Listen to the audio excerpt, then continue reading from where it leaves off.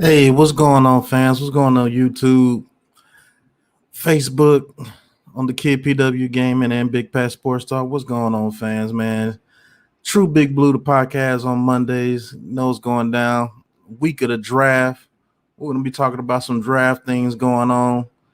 And just a little bit more about the Giants, man, how everything's been going on, man. This is a live call-in show, so waiting for some people to come in. They could call in and talk. But while we're waiting for that, man, we're going to be talking about some trades that could go down for Evan Ingram. We have a lot of trade scenarios. One wild one is where we trade up to the number 7 pick with the Lions and Bills in a three-way trade where the Bills land Evan Ingram. The Lions get our first round pick and I believe a third round pick. And I believe they get the Bills' 5th round pick or 7th round pick, something like that. Crazy trade scenario, man. But I just want to talk about that a little bit about Evan Ingram. Also, we have they say they have a trade going on with the Bears, where Big Play Slay, what's going on, bro? Thank you for tuning in, man. If you're not a subscriber already, go ahead and hit that subscribe button. If you want to call into the show, you can click on one of the links and call in. Talking about the Giants, you know, it's draft week. Sonny D, what's good?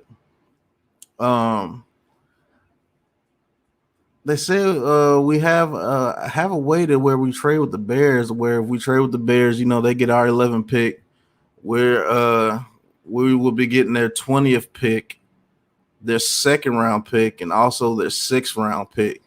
That's what I'm hearing about between the Bears and the Giants if they trade back, which would be pretty doggone good. That would be a very good trade to get their 20th pick, their the 52nd pick, I believe. We will be getting their 20th and their 6th round pick. That will be actually pretty doggone good. What do you guys think about that, man? That's kind of crazy. Evan Ingram. That would actually be pretty doggone good to get 3 picks back from 1 pick in this year's draft. That would be cool. What's up, Jada? Giants fan, Eagles fan here, man. I subscribe, my man. Thanks a lot, Big Play Slay. Hey, I'm doing a draft show. When you guys pick, if you want to call into the show and we could go over your pick while your guys are picking, that would be great, man. I'm trying to get different fans from different teams to come on, but that would be great. Yeah, that's a pretty decent offer from the Bears. What's going on, Logan? What's going on, champ? There goes Zeke. What's going on, Zeke? What's going on? Yeah, I'm just going over a little bit of rumors. They said if we do trade back, more than likely it would be with the Bears. Said we would get their 20th pick, their 2nd round pick, and their 6th round pick for our first pick at 11. I like it, but I feel like I'd rather do that with the Chargers or the Patriots. Because if we do it with what happened? Go ahead. I would say that if we do it with the Chargers or maybe the Patriots, we get 2 second rounds, 42, and we get a 46 or 47. So we could get receiver at 42 and to get a good linebacker at 46 maybe, and then maybe in the 15 we could get like a offensive line. That would be good, to be honest. But any trade back scenario will be good. What's going on, Nate? Any trade back scenario would be good. That Bears one interests me though, because we get 2 2nd round picks with that as well, but we get an extra 5th or 6th round pick as well. Okay, that's not bad. And if we do, we could get Austin line maybe like in the or maybe an edge rusher at 20 pick if we do that with the Bears and Yeah, take if we receiver. if we drop down to 20, more than It's likely it's gonna be an edge rusher. it's got to be edge or maybe a No. guard. No, Yo, it's gonna be edge because the yeah, it's receiver mostly gonna be market edge. won't be as high, and the offensive lineman that we like won't be there unless Micah Parsons somehow falls to number 20. It's gonna be an edge rusher. It's gonna be someone like a Quiddy Pay if he's there, Ojulari, Phillips, maybe even a Joseph Asai. You never know. Right. But if we trade back, it's gonna be for an edge, And most definitely. Don't do it. yeah, right. Yeah, but I don't think the Giants will do that because Oh and hell no. right because in the press conference Dave Gellman said that we're picking players that could fit our scheme and it has good value. So I think that we are staying at the 11th pick. But the thing is, if we trade back at the edge, who is gonna fit that scheme? I don't know. And the thing is, Ojulari fits it very well. I believe right, Phillips fits it very well.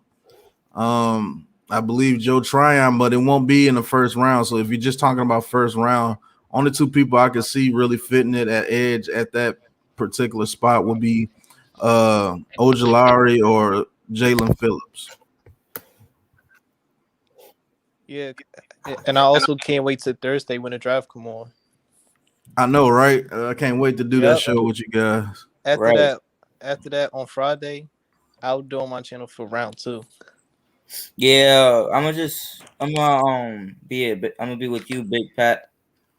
Man, I can't wait, man. And But I'm actually gonna screen record our reaction in the 11th pick, and I'll post in my video our reaction. okay, That'll be All cool, right. yeah. Listen. If it's a nobody, I'm just gonna throw the headphones. I'm gonna warn you now. right? I think that I trust Joe Judge and Dave Gettleman in this draft. To be honest, For I for mean, for some reason, I'm nervous. For some reason, I know. The rumors are saying that we are in love with Waddle or Smith at 11. right? That's what That's they're saying. right. Which I wouldn't mind either one of them at 11. Yeah, I seen the JC Horn. I do not want a corner. Yeah, I no. seen J.C. Horn too, but it doesn't make any sense. It doesn't make any sense at all. We just signed a Dory Jackson, and we still got Darnell Holmes in the slot. But the There's no thing point. is, but you do know injuries happen, right? For each position. Yeah, but if you want an impact player, you're not going to draft that DB because we got so many DBs. Yeah. It doesn't make sense. And to be That's a honest, fact. I don't know. Y'all might agree with me, but I think Yazzie Adams a good backup. Yeah, he could be a good backup, a good fourth or fifth stringer. Yeah, Right, he'd be because a good backup. he was not meant for a number 2. He was meant for a 3 or a 4. To be honest, Mm-hmm. Hey, Sonny D says, why are we going to let the Eagles get Waddle or Devontae Smith? If we feel that pass rusher or offensive lineman, if they're there or better, and what we need more, or say if we like Micah Parsons more than a Devontae Smith or Waddle, I don't believe they do. I truly believe if Devontae Smith or Waddle is there at 11, I believe they take one of them at 11. And there's a good chance with all these quarterbacks going that one of them is going to be there, at least right? one of them. Yeah, Oh yeah. Did y'all see Devontae Smith tweets? Miz. He said I feel like wearing blue for some reason. Yeah, Come on, man. Miz, What what's we going doing? on, bro? All right, let me know if it's staticky, because if it is, then I'll go over to the laptop. I don't hear anything. I don't So hear anything yet. All right, Yeah. because I was watching the Knicks game and then I saw you on. So Okay. right, I'm not, And right, did the Knicks win? they're up by 2 in the third quarter. right. Yeah, Knicks are like on a 10-game win streak, ain't they? This Nine. one's 10 if they get Yeah. there. It'll be 10. Okay. Knicks in the playoffs again. That's good for basketball.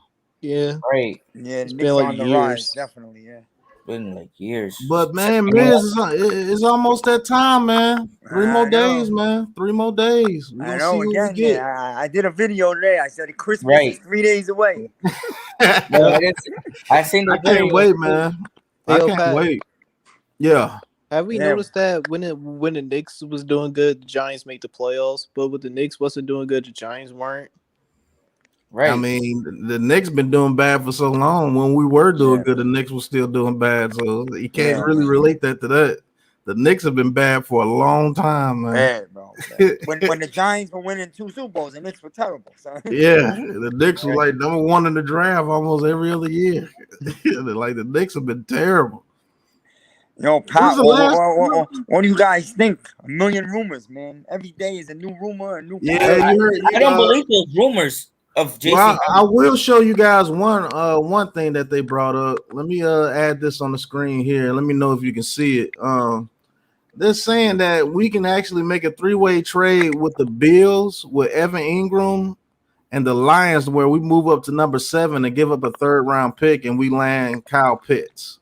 What do you guys think about that? Would you like that trade? I like Kyle Pitts. Of course, I would Pitts is slap amazing, someone. obviously. But do you think it's worth giving up draft capital and Evan Ingram? Pat, what are we giving up? We're giving up. Well, we're trading up to number 7. We're giving up our 11th pick, our 3rd round pick. I think a number 5 next year, and Evan Ingram in the 3-way trade with the Lions and Bills. So basically, the Lions get our pick and basically all our picks. The Bills get Evan Ingram, and we get the number 7 pick from the Lions. Nate, what's going on, bro? What's up? Nate. What's up, Nate? You know what's funny about that, Pat? I would do that trade, but only for one guy, and it wouldn't be Pitts. I would do it for Penny Sewell. That's right. If Penny Sewell lasts as the number 7. Yeah, you're right. If not, what is Slater be there? I'm not trading up to get Slater. I'm not trading. What's going on, Quincy? What's going on, Cash, man? What's good with you, man? Hope your season and everything's going well. Hope your ankle's doing well and everything, man. Can't wait to see you on Saturdays, bro. Yeah, but the Giants man. I do not trade up for Slater. No. Only guy I would trade up for is one of the quarterbacks or Penny Sewell. Those are the only guys I'm trading up for. Wait, or say if I could jump up a couple of spots to get Micah Parsons, then I would do that. Listen, if I knew that Micah Parsons would be gone. You guys can call me crazy, but outside of the quarterbacks, to me, Penny Sewell is the most valuable, most important player in this draft. He is. I agree. Yes. He's one of the top important players in this draft, and especially for the Bengals. If we do trade 7, which I like Devontae Smith then? I hate to hear that. You say what, champ? If we were to trade up at 7, right, which I like Devontae Smith right there. The thing is, I think Devontae Smith drops to us at 11 because there's so many quarterbacks that's finna go. Your first 3 picks are quarterbacks. Say if the Falcons go ahead and just double down, be like, hey, look, we gotta get a quarterback of the future, take Justin Fields. So that means everybody but either Mac Jones or Trey Lance is off the board, depending on who the 49ers pick. And they've already decided on their quarterback is between Mac Jones and Trey Lance. No, between Trey Lance and Mac Jones. Oh, wow. That's what they're saying, yeah. So say if the Falcons double down and get another, there's at least 4 quarterbacks going in the top 10, I do believe. And then it may be 5 because somebody like the Patriots may want to trade up with Dallas or someone and grab that 5th quarterback, whether it be Mac Jones or Trey Lance or Justin Fields, either one. So with 5 quarterbacks going in the top 10, that means there's only 5 other players that can be taken before Smith or Waddle can fall to us. And you still got Sewell, you still got Slater, you got Jamar Chase, you got Pitts, you got Parsons. I wouldn't go for Pitts.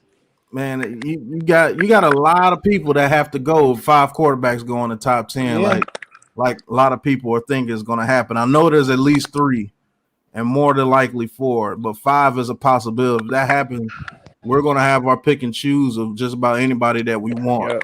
Right. I just don't think Falcons go for quarterback. Shout out to Ash Money. Shout out I to think Sonny D with all the questions.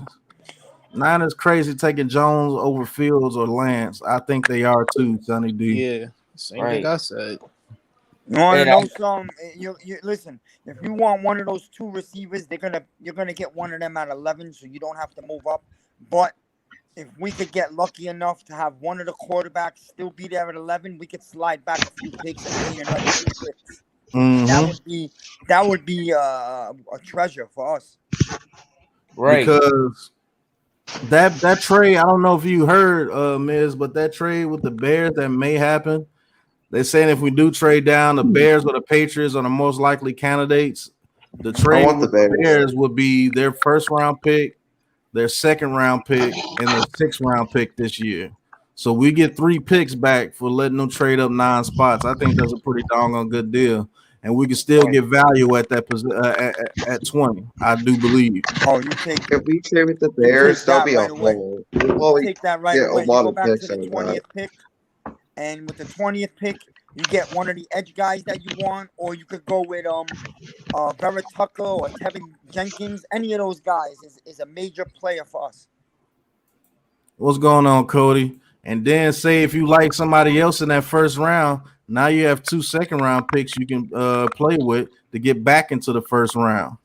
That's true. Say if somebody falls like, I don't know, you take Vera Tucker with the 20th, but somebody like Phillips or Ojolari is still there at like 24, 25. You can use your 2 second round picks to get back in there and grab them. So who knows what we can do a lot of things, man, with this pick here. If we do trade back, I do believe our best destination to trade back based on the information would be the Bears, unless the Patriots are offering more picks this year. Because I heard they offered the first this year and then the second this year, but nothing else until 2022.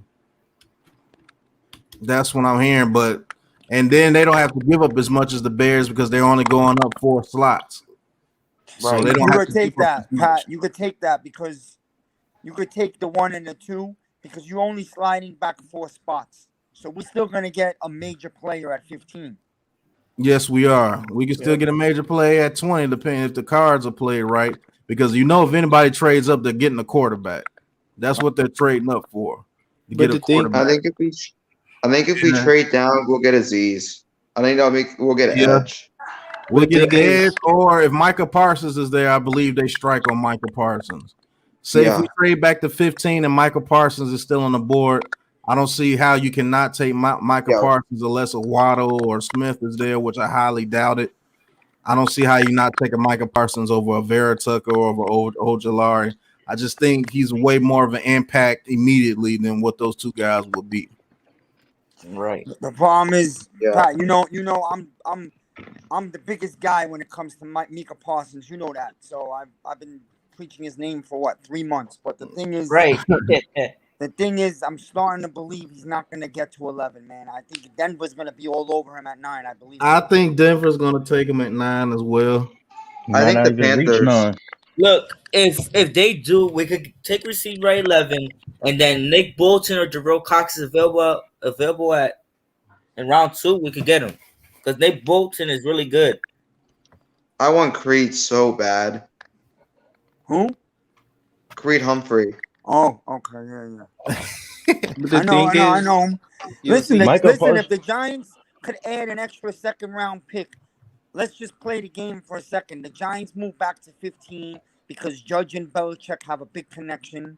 Okay, they come up to 11. That's what I think. That's what I think they might do. Even if we only get Macho. get a second pick from New England, which I believe is a 48, we would get the 48 pick. Yeah, like I said, yeah. Then you know what? You could still go whatever star player you want at 15. You could still get a big time offensive lineman at 42, and you could still get an edge rusher at 48 because that's what I was saying, right? Yeah, Ronnie Perkins and guys like that are Patrick Jones value will be there. Right, I think like Patrick Jones will be there in the 3rd. If we go pass rusher in the 2nd, I want Joe Tryon. I'm sorry, I want Joe Tryon. I disagree of trading back. I think But Joe Tryon, Pat, you'd have to grab at 42 because I don't think he's going to get past the middle of the second round. I Yeah, like Patrick. I think he would be there for us at 42. I believe so. We Yes, would have to 42. grab him at 42 Yes. because I don't think he gets past the middle of the second round either, Miz. I can believe this guy could be a dynamite pass rusher. When I really look at this guy, I think he could be a really good pass rusher. Right. Yeah, listen. Don't be shocked. Don't be shocked if Phillips it falls to 42 also because of his concussion history. His injury history. It'd Don't be be a shame surprised. if he did. It'd be a shame if he did because he's definitely a top 15 talent in this draft. Yeah. His floor is one of the best floors I've seen in the defensive lineman in a long time. Right. It'd be a shame he fall to second because of concussions. But hey, I wouldn't mind if he fell to us at 42. If I'm he fell taking to him all 42, we're day. taking him. There's one other name I heard late today, and I've also heard it in the past, and then they got off of it, but now they're getting back on it again. There is, listen, Quiddy Pay is definitely at one of the top names on the Giants list. I know a lot of fans think he doesn't fit our system, but he's that big frame defensive end that the Giants, like over their history, they always drafted. You know. I That's think just not that like him, man. If Quiddy Pay learns some pass rush moves, that dude is gonna be amazing. Have you Quiddy Pay's seen a the way he monster. plays the run? I think Patrick That Graham dude is a good. robot against the run, man. Right. I just, And the I thing is, don't know. there's not a defensive end in this draft that has his body, his frame. None. Like that dude's like a robot, man. When he plays the run, that is some of the fastest stuff I've seen on film in a very long time when he plays the run. If he learns how to do that on the pass as well, that Right. dude will be talked about for a long time coming, man. He has a high ceiling. I don't think he was taught pass rush moves at Michigan. I don't think he was. I don't if he learns like. how to do it, he could be like Khalil Mack, kind of. Nah, he won't be like a Khalil Mack. No, People Khalil from Mack Michigan is a just monster. Yeah. people. He would be like a more athletic Leonard Williams. Yes. Yes. That's People what he would be under like. He's A No, more but he's it's really athletic. good. I'm gonna need y'all to slow down with that. Like, relax. on people that. under the Like, Jim relax. Harbaugh tree are just they just don't translate well in the NFL. Like I've been saying that for a while. Like the Jim Harbaugh Michigan tree, outside of Jabril and Devin Bush, they were just there before he got there. Outside of that, Michigan they don't compete. It's just something about them, man. I just don't like Michigan players. Like they had the number Tucker one. Carlson as an example. Yeah, but he's been on like what 3 teams in how many years? That's what I'm saying. He's an example of what you're talking about. They don't produce in the league. Oh, my bad. But yeah, like Yeah. they had the number one ranked defense in the nation for like 2 years, and Dwayne Haskins threw 6 touchdowns on them. Like I don't know.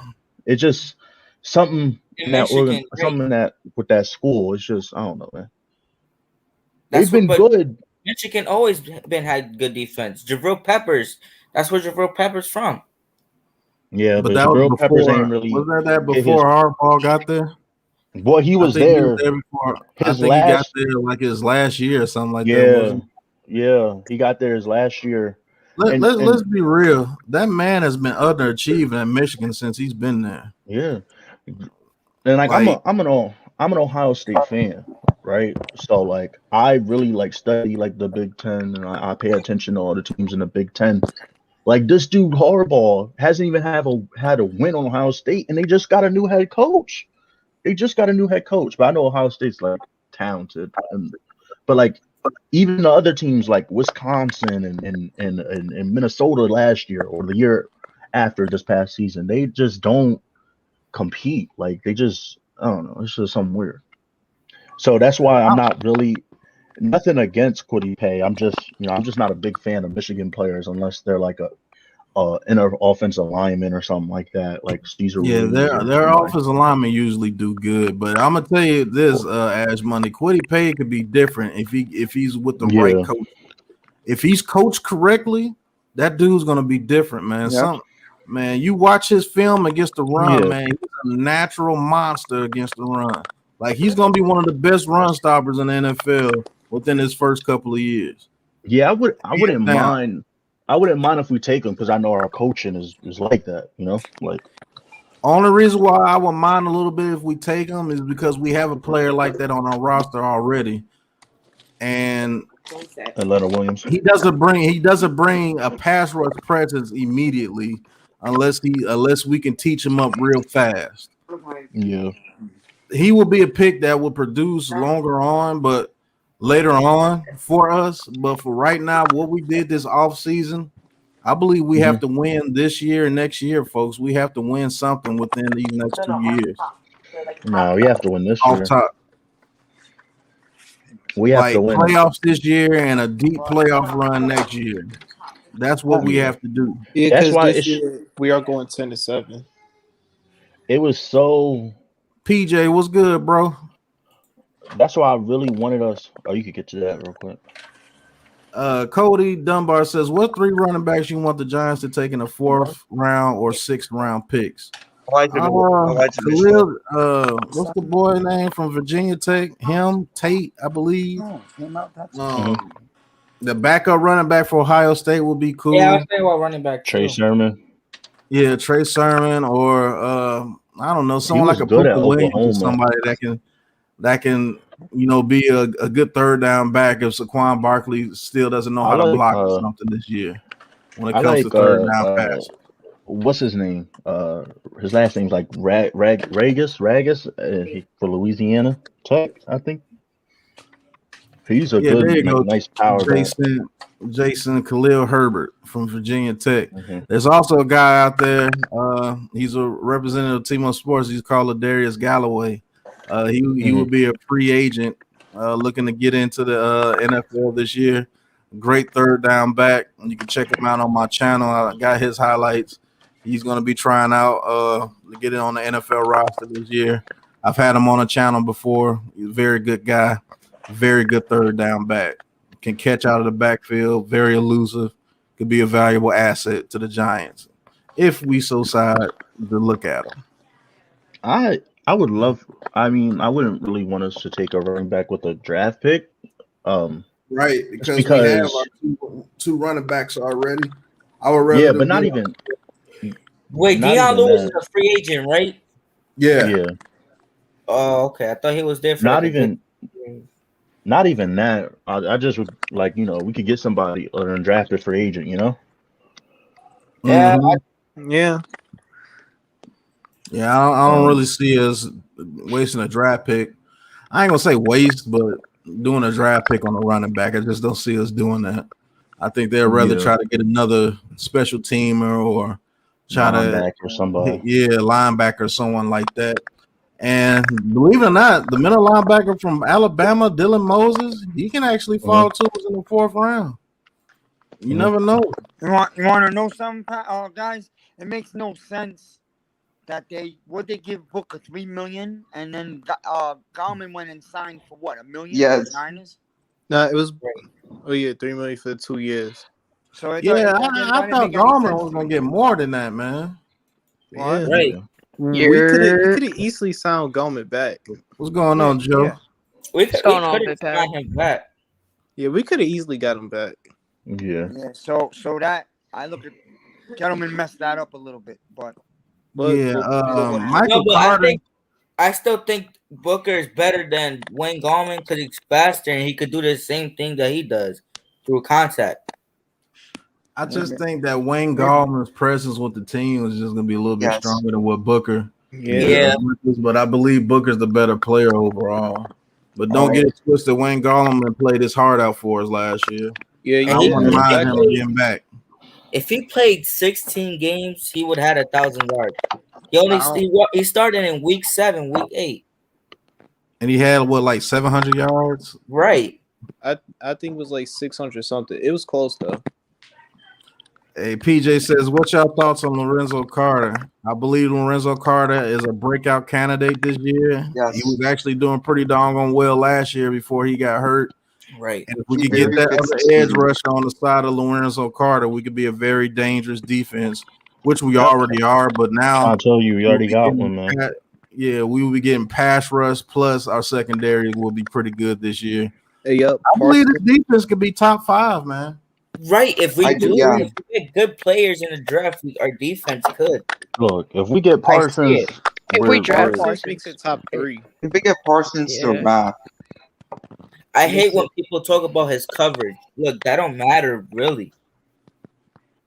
Coverage Like, matters. At I the, mean, at the It's same not a time, cover matters. kind of do. Coverage But it matters, doesn't- but Parsons in for. He's not for coverage, man. He's a Right. straight blitzer from every side on the line. put Right. Blake Martinez in coverage better. And when it comes to coverage, man, our middle linebacker, the other linebacker is going to be Peppers or Logan Ryan Yes. or McKinney. It's not What you going to be a second Or Tate linebacker. Crowder. in Oh, there. yeah, Or true. Tate Crowder. Yeah, Hey, and Miz, Tate what I Crowder told was you, doing man. pretty well. In, On the in skin. coverage, Tate Crowder's good. So You don't need Yeah. linebackers to cover, man. Our secondary is That's what I so said. deep. I said we're not gonna use Jabril as like a safety in the in the back like that. No, he's Like, going to be the money not like- backer. Yeah. He's Yeah, gonna he's be gonna he's be on gonna the be in the blitz. box all game. right, I think that Xavier McKinney's gonna have a spot in the back, right? Mostly. And you Yeah. know what makes that? Yeah. You know what makes that McKinney pick so doggone good is now that we get to use Jabril Peppers however we want to use them on the defense. Yes. Yep. That Right. And now we can And get also 3 Logan safety Ryan. set. So imagine if we got Parsons and we sending Parsons and Peppers in there. Oh, That's gonna God. be Yo, dangerous. I was that'd be literally dead. saying that. I was saying Nobody's that gonna on run that ball. Hey, yo, the thing Nobody's is, running it. everybody's gonna have to face like a 3 and out. Y'all getting 3 and outs. Cody not getting- Dunbar. Well, hold on. He says, "How about Will Hernandez? I think he'll be worth a contract extensions. We'll see. No. No. We'll see what He happens gonna with play him, this man. year. I'm trying to tell you. Dude's on a Cody contract Dunbar year. He's gonna says- play. Owusu from Notre Dame is better than Parsons. No, he is not. What? Hell no. Nah. Sorry, I ain't mean to. Nah. I don't mean to say hell, I'm- but I- hell no. I'm gonna need you to go back and watch college football again. They come up with a different answer, please. There's Yeah, only one major defender in this draft to me, and that's Parsons. And I know Yeah. some people think Surtain and Horn, but Parsons is head above all by a lot. Yeah, the one I believe that can dominate as soon as he gets here. Parsons is the best one by far. Yeah. Because think And about it. next, and believe it or not, next behind him, I would say Jalen Phillips. That will actually produce soon as he gets in there That's because what I'm his floor is so good. And But the good Michael thing about Parsons, Parsons is he could fit our scheme. He fits our scheme really well. and that's what I don't get. Like, why people keep talking about the coverage thing where we're not going to be using linebackers in coverage like that. Yeah. When you really look at our team, we're built with the 3 safety look. How we I used just- to do it with Well- with Grant. What was our safeties? Grant, Arthur Rowe, and Phillips. Mhm. That's how we're Yeah. using them. I just And- I'm That's having another a- guy that could cover these guys down the field if you want the extra guy, the slot. Darnay Holmes is gonna be special. Yeah, Darnay Holmes is going to be special. That I like that guy, man. He's People a worrying special about type cat. linebackers covering people, man. Listen, this ain't the Giants of 4 or 5 years ago. You're bringing in a linebacker like Parsons. If we were even lucky to have him at 11, You that ain't guy's gotta cover coming for off that the long. edge, stand-up linebacker like the 80s, man. He's coming after the quarterback all game long. Yep. What's up, I Dylan the believe third? our team's gonna have one of the top most sacks this next season, including with Leonard Williams. If we get Michael Parsons, And see, I here just- you go. Here, Cody goes. He says Notre Dame linebacker has better coverages. That may be Doesn't true, matter. but we're not getting a linebacker for coverages. He backs it up by saying Parsons is the perfect fit for us. No, that's J Mott. What's going on, John? That's J Mott. My bad. That ain't Cody. That's J Mott. I actually worked with this guy, man. He helped us film the combine when we did the combine, man. Great guy, ex-military. Great guy, man. nice. But what's up with the coverage thing? I just don't understand it, man. If you actually look at the Giants and see how we run our defense, we're not worried about linebackers and coverage. We used to when we had Alec Ogletree as the middle linebacker. That's what we brought him for, to be a coverage middle linebacker. But the way Patrick Graham runs his defense, most of the time you're gonna see our linebackers going in there trying to get that quarterback. Yeah. Bro, And then with the healthy people, Xavier McKinney, that makes it even less of a need of us to use our linebackers in coverage because now we got Peppers down there. bro, it's So because Giant. you may see Parsons if we draft Parsons going off the edge on the third down trying to get that quarterback. You never know. What do they call him? Coach Chaos or what do they call him? Oh yeah. I always forget the coaches' names. I just know the schools they're from. I think he's Right. Coach Chaos. Sean Yeah. Spencer. But that's because people, Giants fans, they get PTSD from the days of Jason Witten and Zach Ertz and Jordan Reed sometimes. So they just want that linebacker to cover. I mean, And now I don't Logan really care if he Thomas. can't cover, so it don't really matter. And shout out to John. He says Parsons is a Parcells type player. Yes, He could would be. He would have been if I told Parcells you, was still Parsons coaching. is an '80s linebacker. He's a throwback.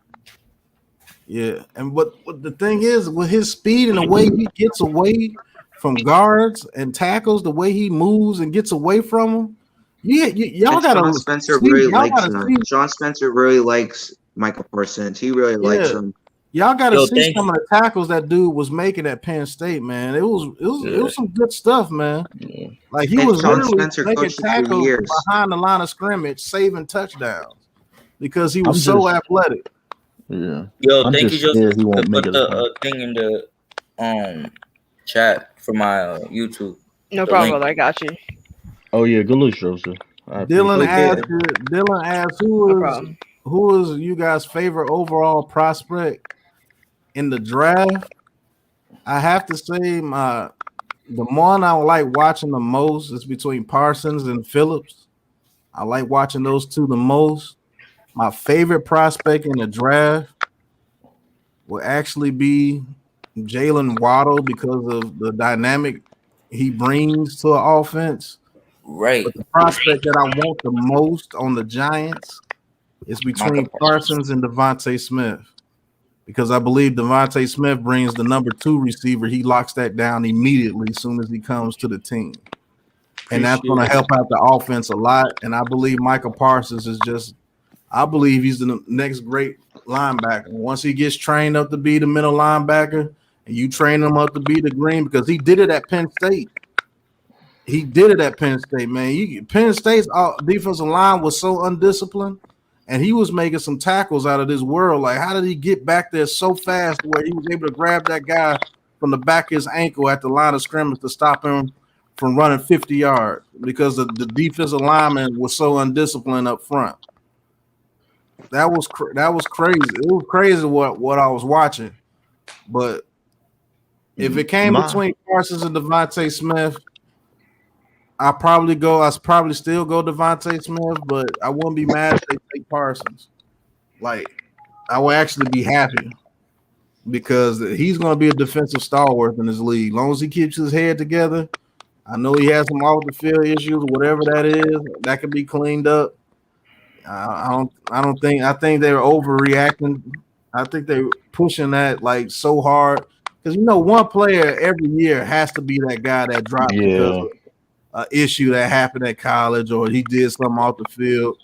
The Larry Tunsil thing comes to mind. All of a sudden, draft night, they show him with the mask on, and he drops like 5 picks. So the one dude last year, he from Penn State, Gross Matos. He was supposed to be like an end first round. He from Penn State, and he fell to Carolina second round. Randy Moss comes to mind. Warren Sapp comes to mind. They say he failed a drug test. And he never did fail it. So he was supposed to be top 5, and he dropped. There's a lot of people that comes to mind with that. But the guy Tunsil on draft night with the like literally right before he was going to get picked, they dropped that.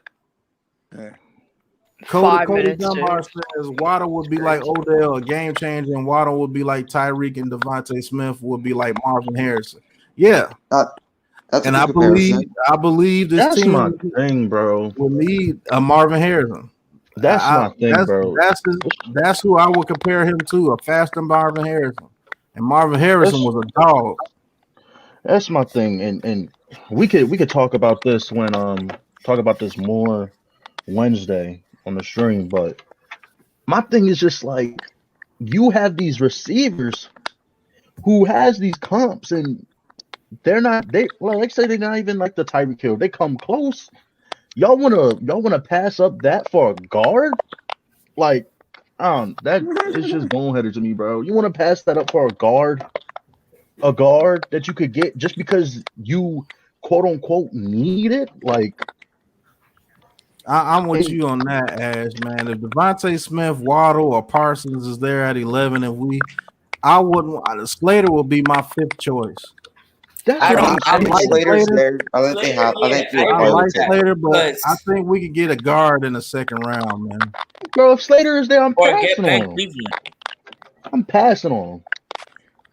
Because, like I said, I've watched film on the guy, and he puts his head down when he blocks, and that's the worst thing you could do at an offensive That's lineman. what I'm Put saying. your head down when you People block. are like, people are bigging him up like he's like close to Penei Sewell's level, and it's like, what does he do? Like he's some can't miss guard. Like He played very well against Chase Young when Chase Young was in college. That's about the only film you're gonna pick up on this guy where you're gonna be like super wild, like he's that dude. But other than that, man, he's been hyped up because there's way lesser prospects that destroyed him with swim moves because he was putting his head down when he blocked. So did Matt Pert and Andrew Thomas. Matt Pert didn't even play a full season, and people are so quick to just say, "Oh, he's not the tackle for us." Like, believe it or not, I like Matt Pert at the right tackle position more than I would like Slater. Yes, me too. If we would draft Slater, we're drafting him for guard. Like Joe Judge made that clear. Like we're not. Yeah. Matt Pert is going to get this. Well, he's going to get a chance at the starting job. He probably will be the starter. Unless his name is Quentin Nelson or someone like that, I can't take a guard over a Devontae Smith, Waddle, or Parsons, even an Ojulari. I can't take a guard that's being moved to guard because you don't believe he's a dominant right tackle over somebody like a Micah Parsons or a Devontae Smith or Waddle. I'm sorry, I can't do it. Even if Pitts was there, I would take Pitts before him. I'm just being I agree with you with that. Most definitely. And Pat, and also, do y'all think Nate Solder has a strong chance of playing right tackle though? No, swing tackle. He'll be a rotational tackle. I believe he's going to play some right guard this year. I do believe he's going to play some right guard this year. Right. That might be our guard right there. Yeah, but I think that we got that guard from the Texans. He could be a good right guard for us. I forgot about him. I think Fulton, Zach. I forgot we signed him too. So now I forgot. I think we signed him to be a right guard, and we're gonna sure he's Nate Solder's gonna be gone. I think Nate Solder is going to play the role of Cam Fleming. Right. Yeah, that's what I said. Swing tackle. No, but I forgot we signed Zach Fulton. But right, I would ash on that, man. The more I think about it, man, I can't take a guard that's moving to guard from right tackle because, like we said, we don't believe he'll be dominant enough at right tackle to keep him at right tackle. So we're going to move him to guard over those caliber players. I can't do it. Here's the I don't want to say this, but here's the harsh truth about some Giants fans. It's like they won an offensive lineman every year. Let's say we get Slater this year. Next year, we're going to try to get a left guard. They want to get a left guard with the first round pick. And then let's say Matt Pert doesn't plan on that. You're going to get a right tackle. Literally all the good teams in the NFL that have good offensive lines, they get their left tackle, their interior offensive line, or their right tackle or another guard. They let the rest figure itself out. We always want to compare to Dallas, right? And we want to draft these offensive linemen every year and every year and every year. What other team than Dallas really does that? Like, let's be honest. New Orleans, they drafted Ryan Ramczyk, right? For the tackle. Next year, did they take an offensive lineman? I'm really asking because I really don't know. But I think they took a break from the offensive line, and then last year they took Cesar Ruiz in the back end of the first round. Oakland, or not Oakland, but Las Vegas Raiders. They had one of the best offensive lines in the NFL last year. Did they like draft multiple offensive linemen like every year? Like we spent 3 picks on offensive linemen last year, and 2 of them haven't even played the full season. And people are just so quick to Shane Lemieux can't pass block. Matt Pert, like we don't know that yet. Like we got to let these people. We got to continuity on offensive line is a thing. So we I'd got rather to. have Will Hernandez in left guard than Shane Lemieux. I think Shane What if Lemieux's going to be the right guard. What if Shane Lemieux gets better at pass blocking? Then that'll be a wasted pick. Exactly. And now you're going to miss out on Jalen. You're going to see highlights of Jalen Waddle taking a 5-yard pass all the way to the house. You're going to see Devontae Smith burning his corner, and you're going to be stuck with Rashawn Slater at guard. And Darius Slayton getting 2 touchdowns in week 1 in the 3rd in October. Kenny Golladay making the contested catches. Yeah, we like that. Those are going to be nice. Then you're going to have Sterling Shepard, who's only going to play 6 games a season. But yeah, let's get Rashawn Slater. Let's get him. Yep, and think about it. That I'm also not on previews Sean his Slater at final all, year. man. I'm getting mad. And this is Shepard's final year. I believe so too. Let's Unless he takes a major pay cut next year, I believe it'll be his last year here. I'm actually be upset, low key. We're not going to get Slater, guys. We're not going to get Slater. But the thing is, unlike certain other YouTubers, I'm not going to say any names. Slater's not garbage like some people or someone out there is saying. I totally disagree with that. Knicks lost 118, 110. The guy Slater is going to be a real good player in a certain system. Who said he's garbage? But I'm not saying any names. But you know what I'm saying? You got to do your own homework. But the thing is, Ash Money, I know like a week or 2 ago I had an argument against you about taking a receiver at 11, but I've sat down and done a lot of thinking, and you're actually right. Waddle's the type of guy that we might not be able to pass up on an 11, and we could go get that offensive line piece in the 2nd round. Yeah, I think a lot of people are reluctant to take a receiver because they like Slayton so much, but you got to think Slayton was a 5th round pick. This talent at receiver, like a Waddle or Devontae Smith, Slayton's not on that level. I'm sorry, he's just not. It's not even that people like Darius Slayton so much. It's like people are so built on this narrative, which is kind of true at the moment, like kind of true, but people are so built on this narrative that you're gonna find a good solid receiver, or not a good solid receiver, but people are so built that you're gonna find a playmaking receiver in late rounds just because Washington did it with Terry McLaurin and literally that's all I could think about. Like, and people, somebody brought up receivers that went in later rounds that turned out to be pretty good. Off the top of my head, I can't remember off the top of my head, but like in these deep. Oh, go ahead. So you can finish. You're good. I was just about to say in these deep receiving classes, like that narrative, like I did the research. That narrative is kind of false for real. Like 2014, these late round receivers, Josh Huff, Jordan Matthews, I think the only 2 good receivers like in later rounds, like rounds 3 to like 7, were undrafted receivers, and those was Willie Snead and Corey Brown for the Panthers. And they were like somewhat good because they produced. But other than that, like outside of round 1, the only good receivers that were really taken was Allen Robinson and Devontae Adams in round 2. Yo, guys, Knicks lost 118, 110. What up, y'all? I know. What's going on, PJ? The Knicks lost? That sucks. I mean, I'm a Mavericks fan. I'm not as mad about it as other games because someone sounds like they're dying, by the way. But I'm not as mad about it because we won 9 in a row, but it still kind of hurts. Yeah. Logan, I'm telling you, guys, I'm gonna get off because I have static, so I'm gonna get off so I don't mess you guys up. But I'll be listening, all right, Pat, and I'll be on Wednesday night with you guys. All right, Miz. All right. All right. All right. My boy John said this receiver class is elite. There will be a major run. Yeah, there'll be a major run on receivers this year in the draft. Yeah. But there is a distinct difference between Waddle, Chase, and Smith between these other receivers. Besides, I think that could be on their level is Bateman. I still think Rashad Bateman is going to be on their level. Maybe the best receiver in this class. Pat, I'm gonna check out and get back on the computer version. Can you just check me back in when you see me in the backstage area? Yeah, I got you. All right, nice.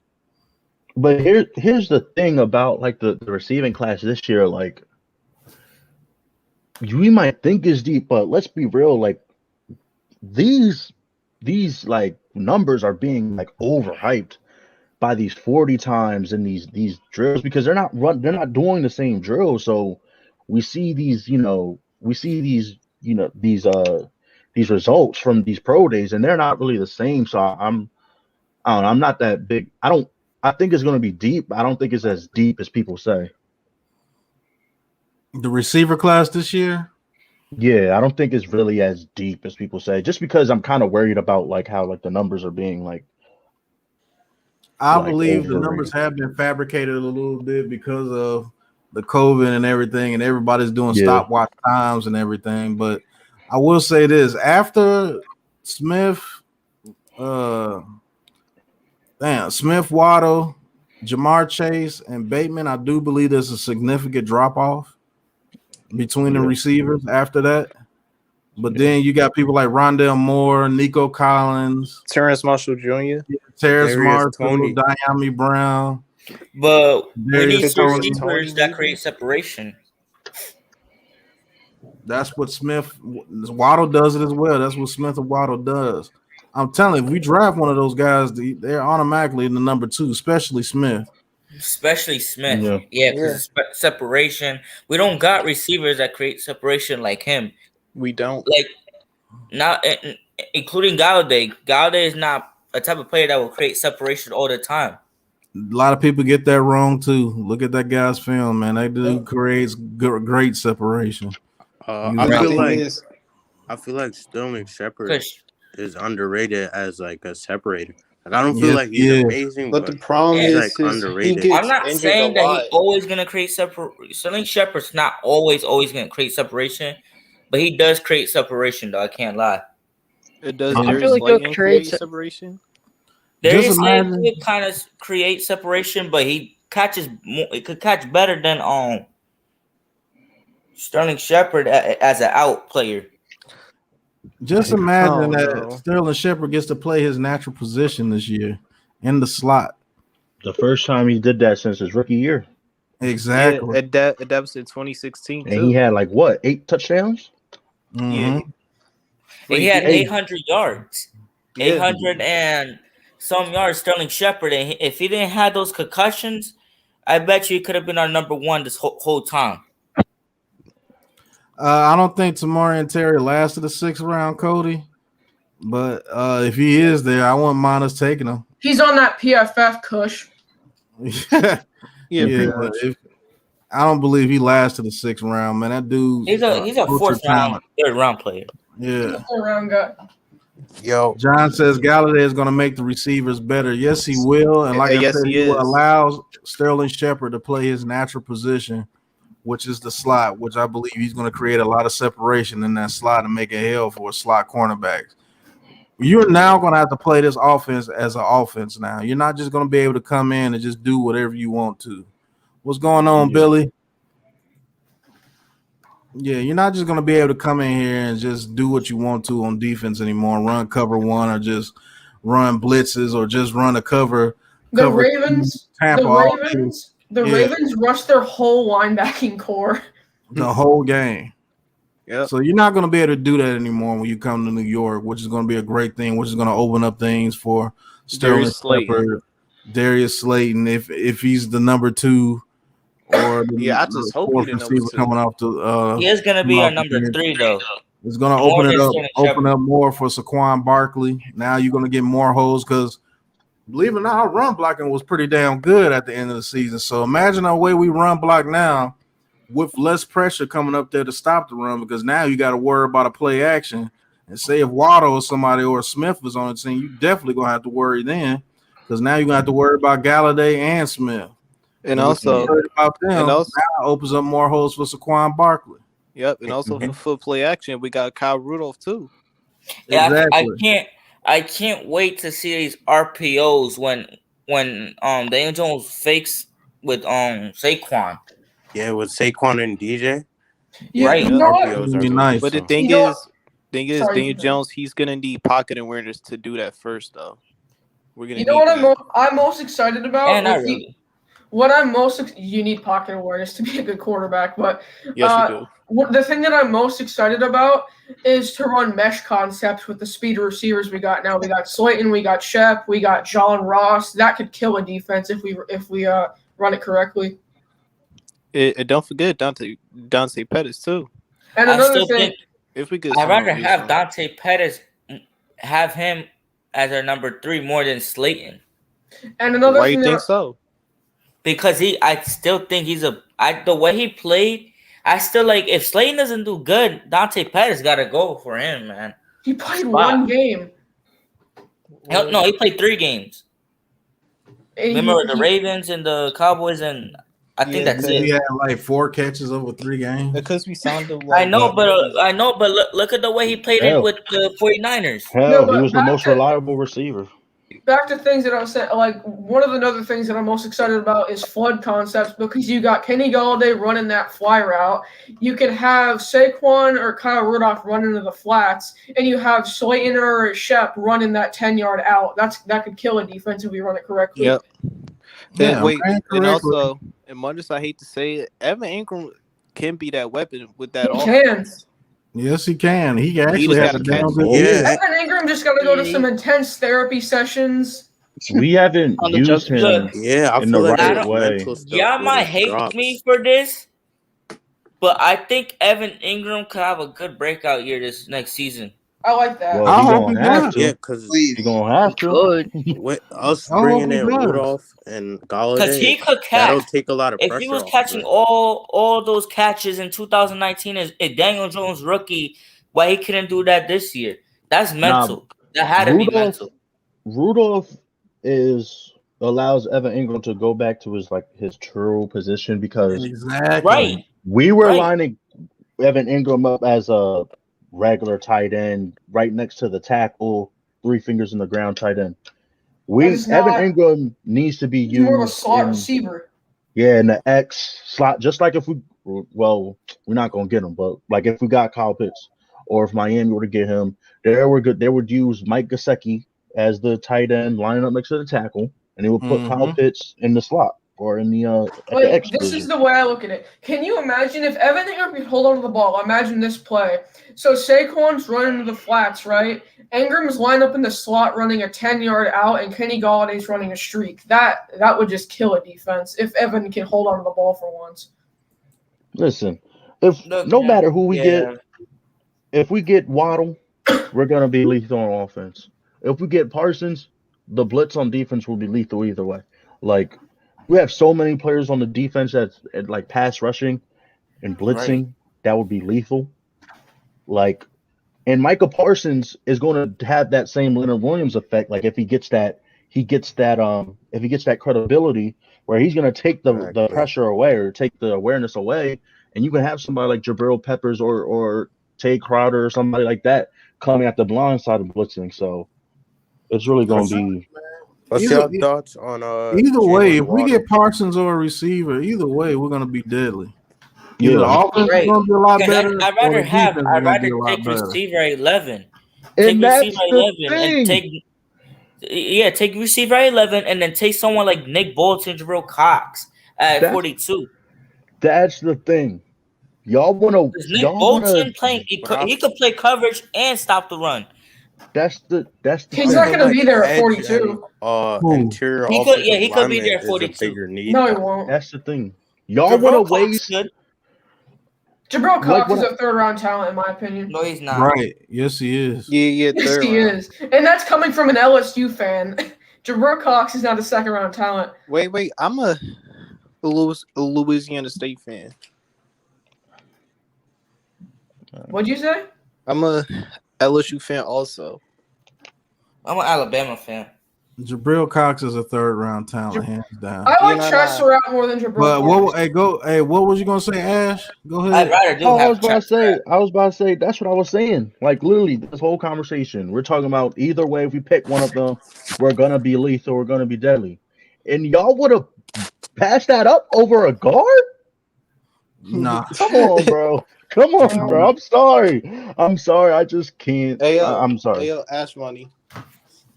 When the draft happens, we're gonna need you to say it again. Over a guard. I'm telling you. Well, it's not. Let's be real. It's not bad to like get mad. Okay, like it's not bad to like have a rage reaction, right? If you just don't like the pick.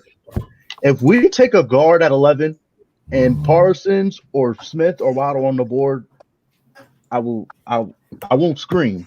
I'll just be upset. I'm sorry. I would scream because we had an opportunity to get a better player than a guard. A way better player. Right. Last night I had a legitimate nightmare, probably the worst nightmare of my life, where we took the Iowa nose tackle in the first round.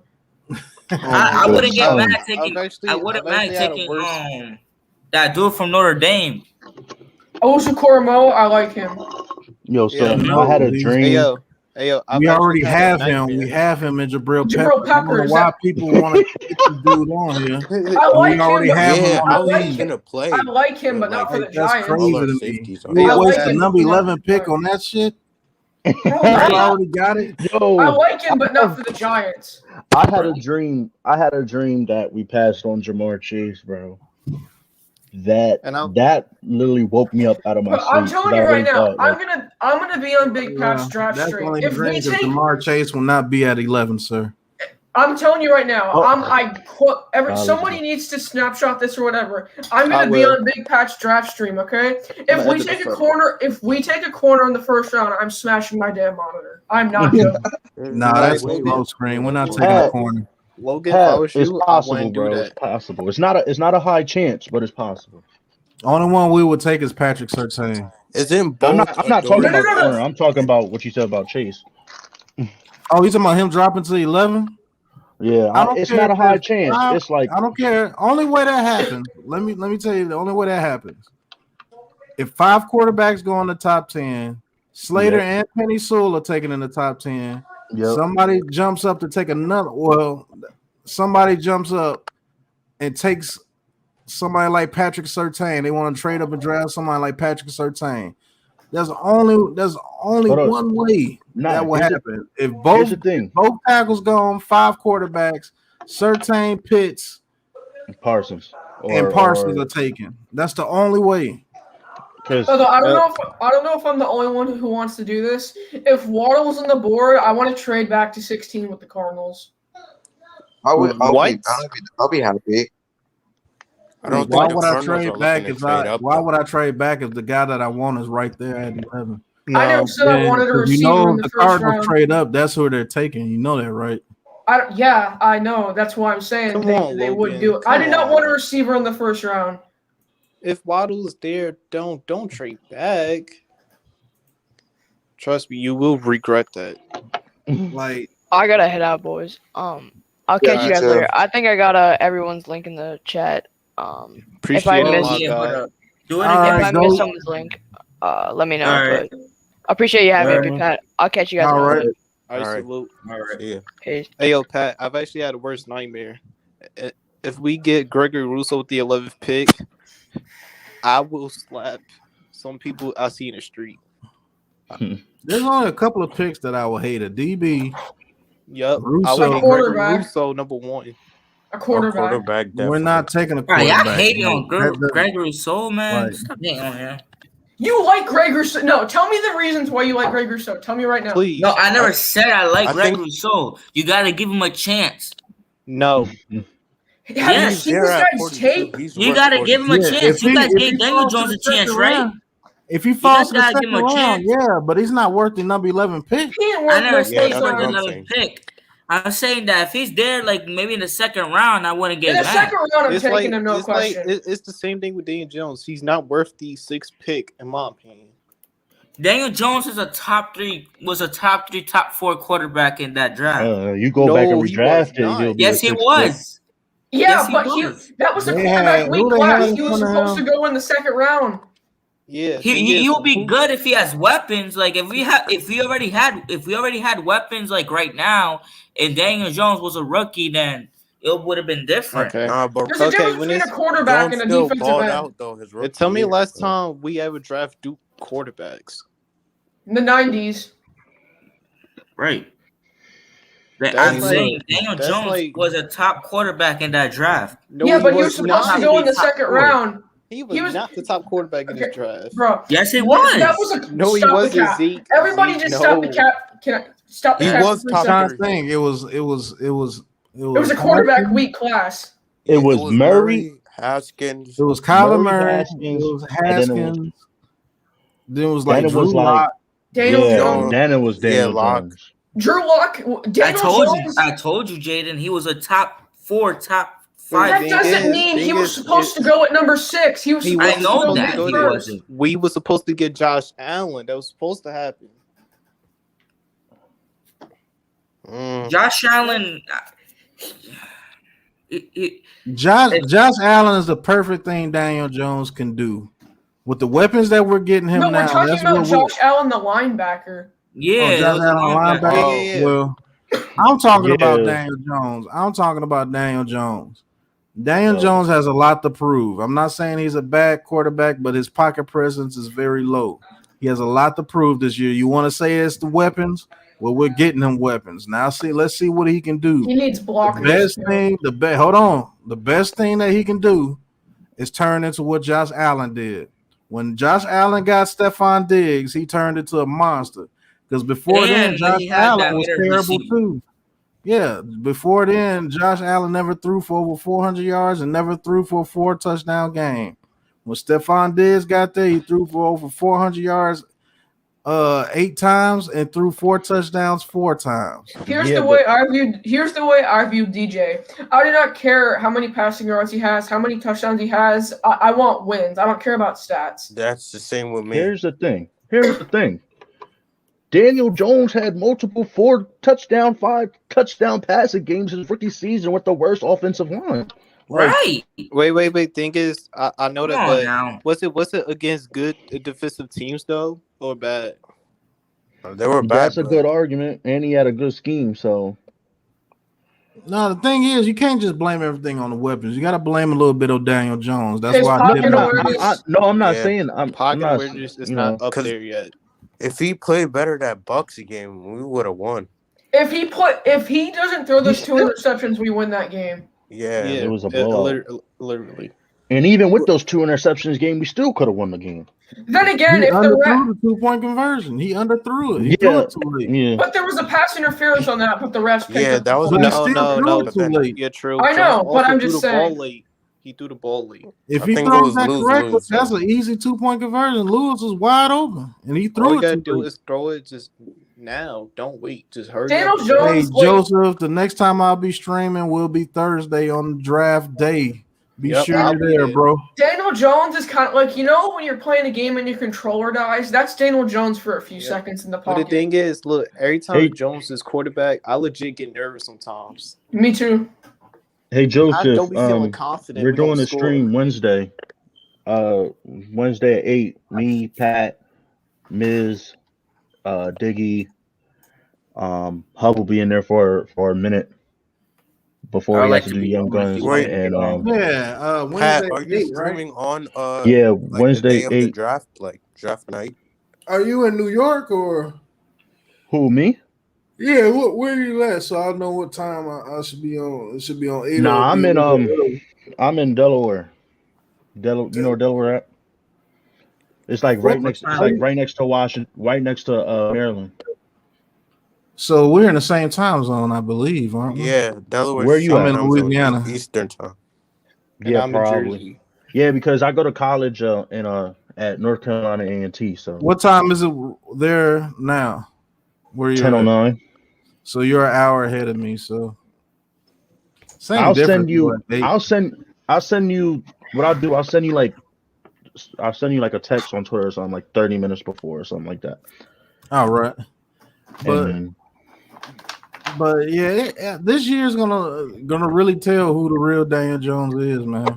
Yep. Either he's the quarterback or he's not. That's what he's gonna decide this year. There's no I excuses. don't care what nobody says. If his pocket awareness was even half decent last year, we're in the playoffs. His pocket awareness has got to go up, man. Like I've never seen some of the things that he does. Like he just stands there and just gets killed. Like there's this one play that I always bring up against the Rams. Leonard Floyd was coming off the edge. Daniel Jones and him locked eyes, and he just stood there. He didn't do anything. Wait, here.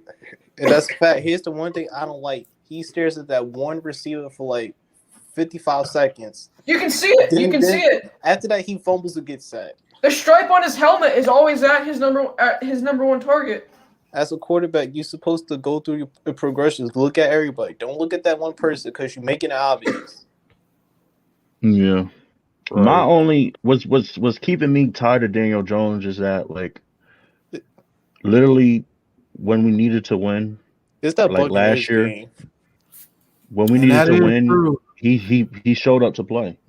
You know, that is true, John. He did have David Cutcliffe as his head coach in college, and he is the guru of getting you prepared with your quarterback awareness in your pocket. So actually, I don't know how it's that bad in the pros, and you had Cutcliffe as your coach. Actually, I understand where you're coming from, but I don't really know what you mean when it was time to when he came up. Because whenever, like the Dallas game, when we had the ball with like 2 minutes left, he didn't do anything. No, I'm not talking about that game. I'm talking about like the Philly game when we were in Philly. I'm talking about. That's true.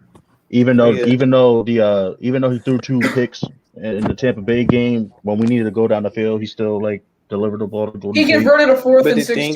The thing is, we should never been in that position because them 2 picks barely shifted. Really, we should have been up 21-6 when he missed Slayton going wide open down the field when nobody paid attention to Slayton. That's when he threw the first interception. I said some things to Daniel Jones that I can't repeat. So. That night. that was like crazy, man. Yeah, I was watching that game live. I saw the replay. Darius Slayton was literally wide open. Nobody around him. Nobody was around him. That play, Slayton was like the 3rd option though, because I think it was just like blown coverage. No, he was the X receiver on that play. I know what he's talking about. Yeah, the thing is, we could have had like 41 points or 42 points in that game. Going back, looking at it. Like we had like so many touchdowns available in that game. I can't even count. That's why I want to get Devontae Smith or Waddle at 11 because then there is no you can't make any excuse for Daniel Jones coming up. Right? Nope.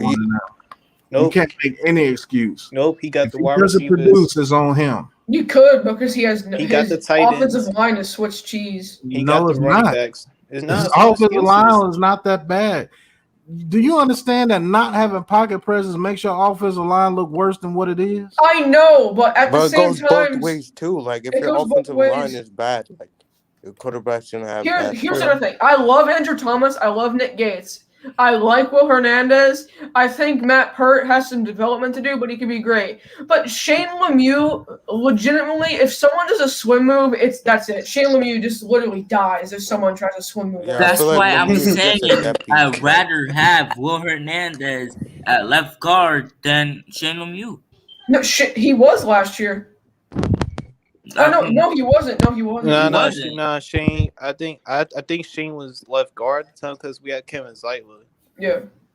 I believe Shane Lemieux is going to be better at pass blocking this upcoming year. I think he can develop. If he could somehow develop the pass blocking, I think our O-line is going to be straight. Right.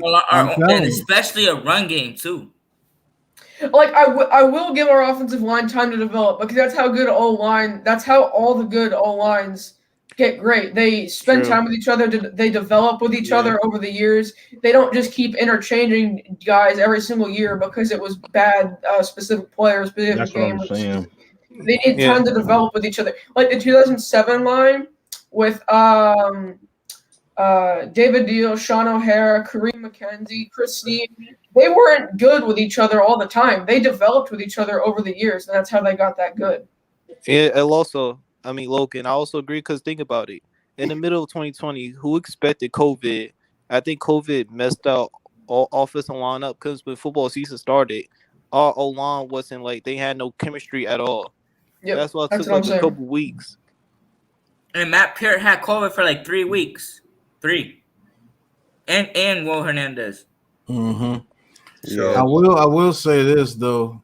Our offensive line is a lot better than what people are giving it credit for. Right. When I tell you that dude was causing sacks, that man was causing sacks last year. When you look at the film, he caused a lot of that pressure as well. Like, yeah, look, you can't.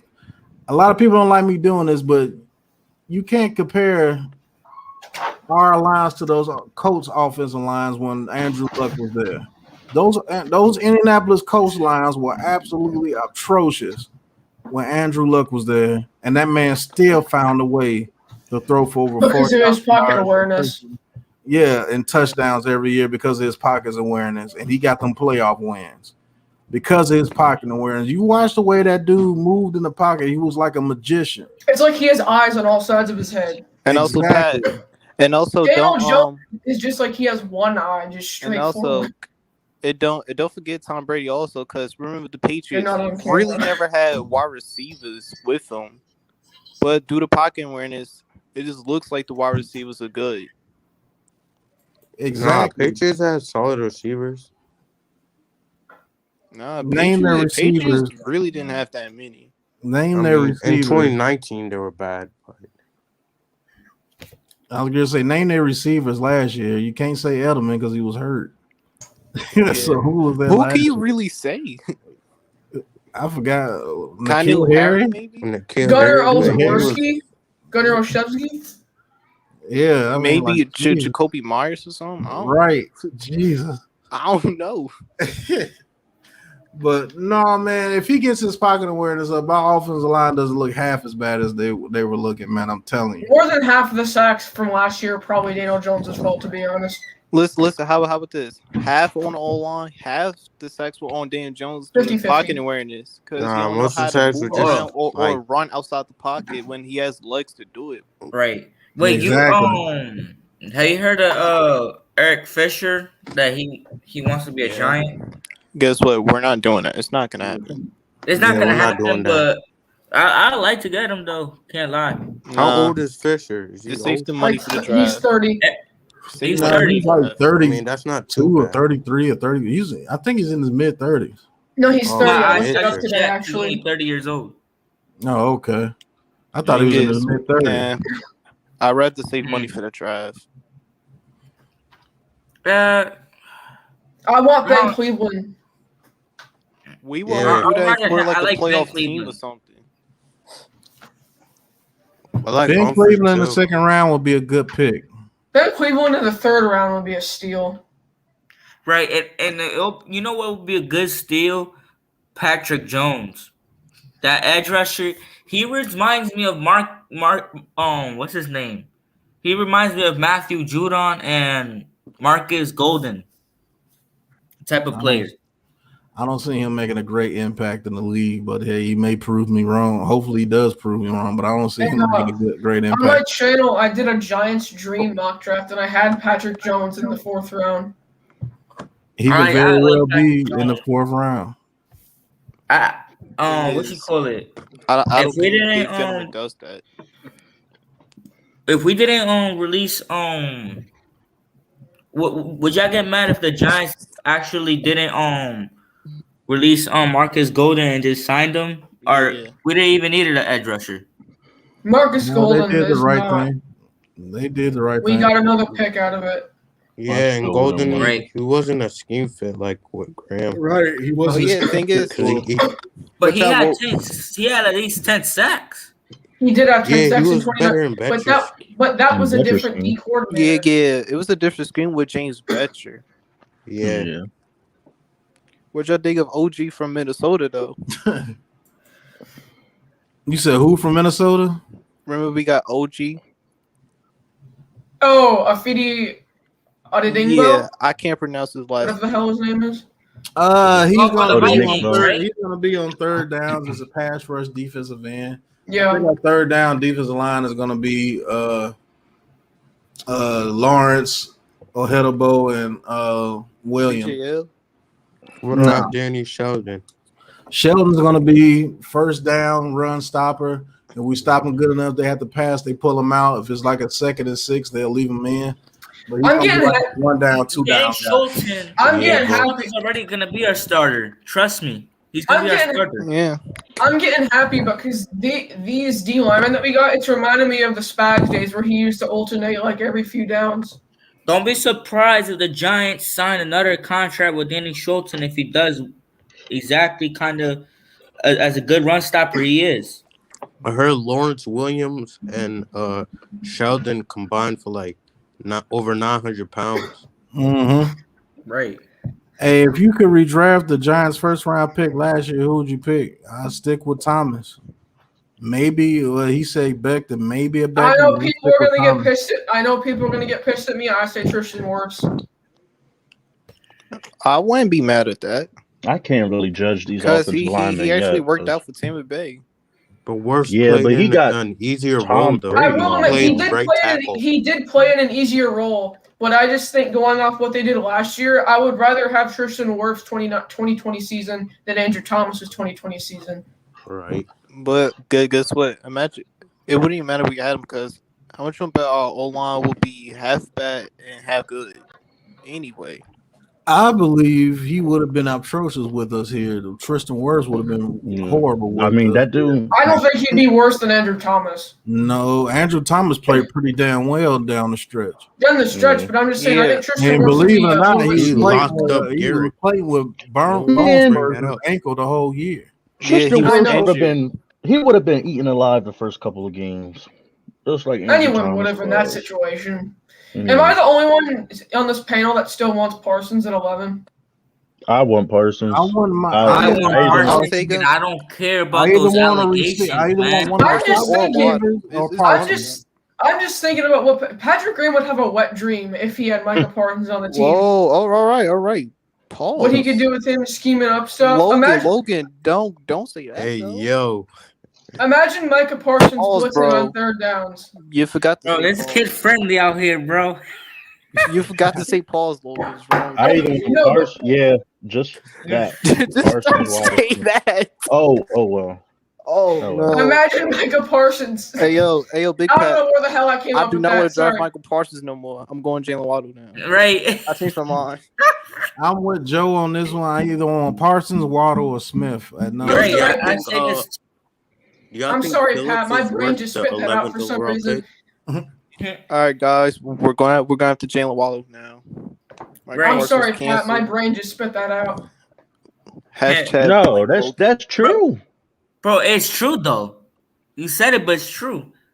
Because this defense is gonna be like top 5. Yeah. Imagine Micah Parsons blitzing on third downs. It just don't say wet dream. Just don't say that. No, but it is true though. Yeah. How about Jalen Phillips? Is he worth the 11th overall pick? No. It just depends on what you want to do. One more concussion, he'll probably be out. Dead. Talent-wise, he's worth the 11th overall pick, but realistically, I don't think he is because of his injury concerns. Yeah. I think he's like top 10 if he doesn't have the concussion. Oh, I just checked. What you call it?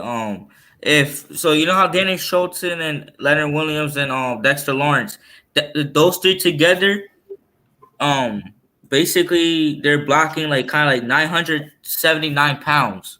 It's almost 1,000 pounds. Jeez. Almost 1,000. Jeez. I'm surprised Dexter. I'm guessing Dexter Lawrence is half of that. Nah, Sheldon is. Dexter Lawrence is the modern William Perry.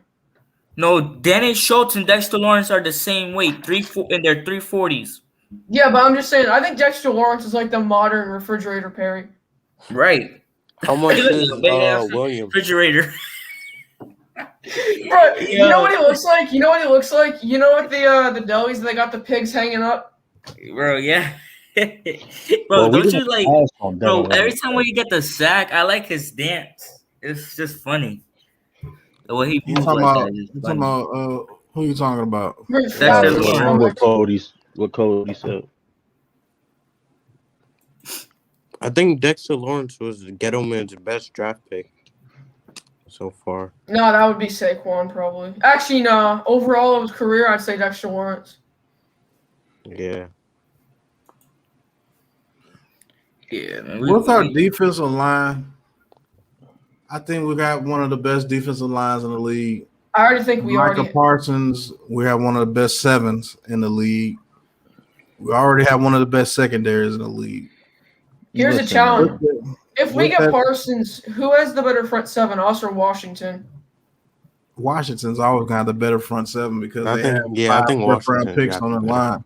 But back to what I was saying, I would take Waddle or Smith before I take Parsons because I believe Waddle or Smith makes our offense that much better. Yeah. It makes our offense that much better to where, one, we can put points on the board. Two, at least Daniel Jones, no excuses this coming up year. We're gonna find out who this guy really is and what he can be this upcoming year.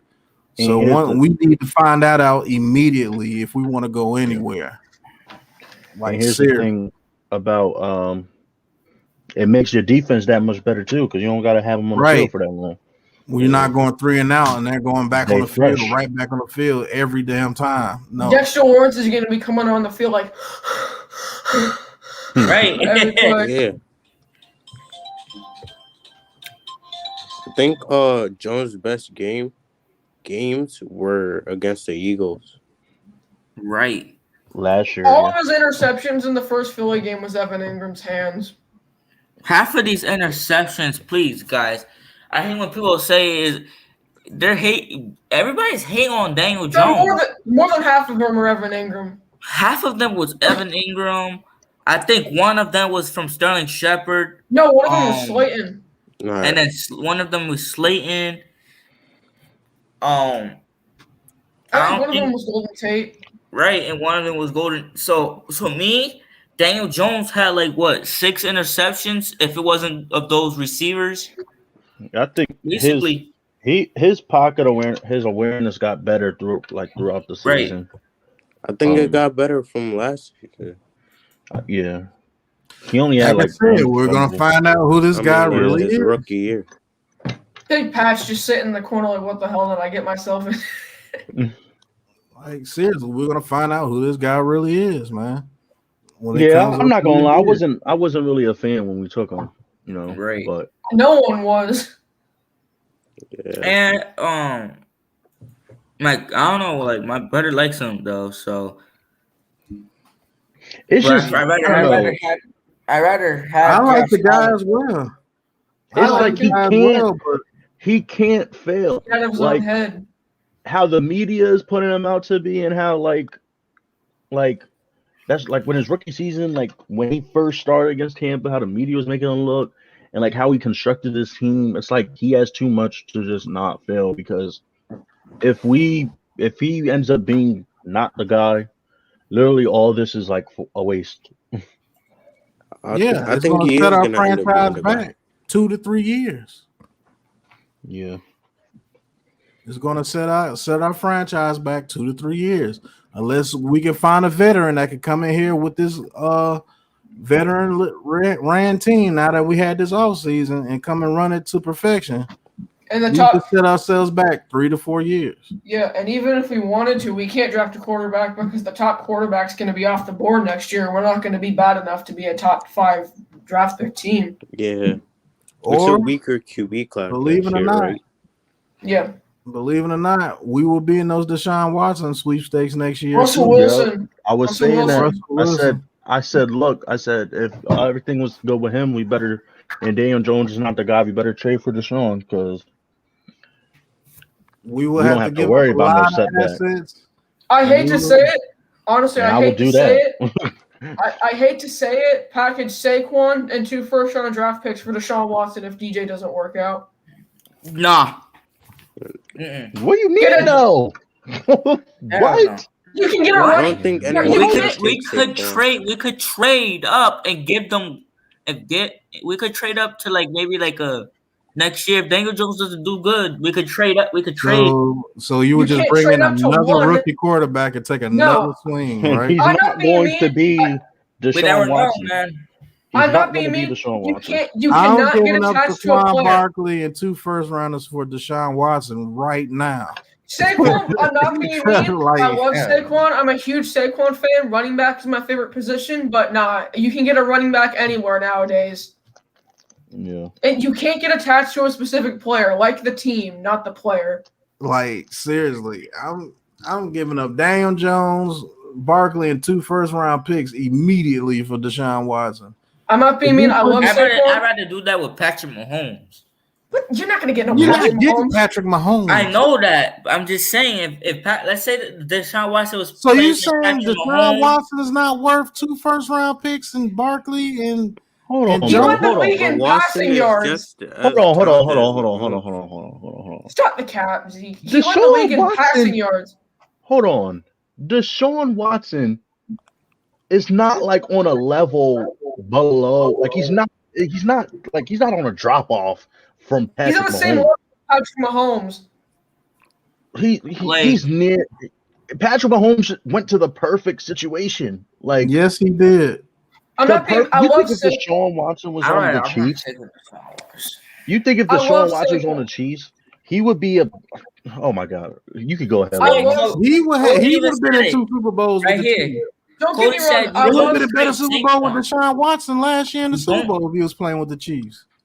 Hey, you know why? Arizona traded dynamic. Arizona traded David Johnson because he hasn't produced. So if Saquon's not producing, hell yeah, I'm trading him. I love Saquon. He's my favorite player in the league. But you can get a running back anywhere. And for Deshaun Watson, get Saquon the hell out of here. I'd love Deshaun Watson if Saquon's not producing. Cody, tell me why you wouldn't make that trade. Deshaun Watson, Daniel Jones, and 2 first-round picks for Deshaun Watson right now. If we did that, we're Super Bowl contenders right Running backs are not as important as they were 20 years ago. If we did that, we're running the East for like the next 8 years.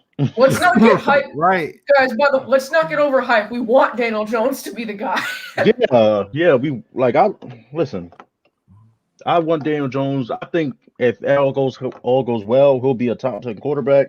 You know, I just feel like I just have that faith in him. But if he's still fumbling and you know not getting the ball early, he's not fumbling like that.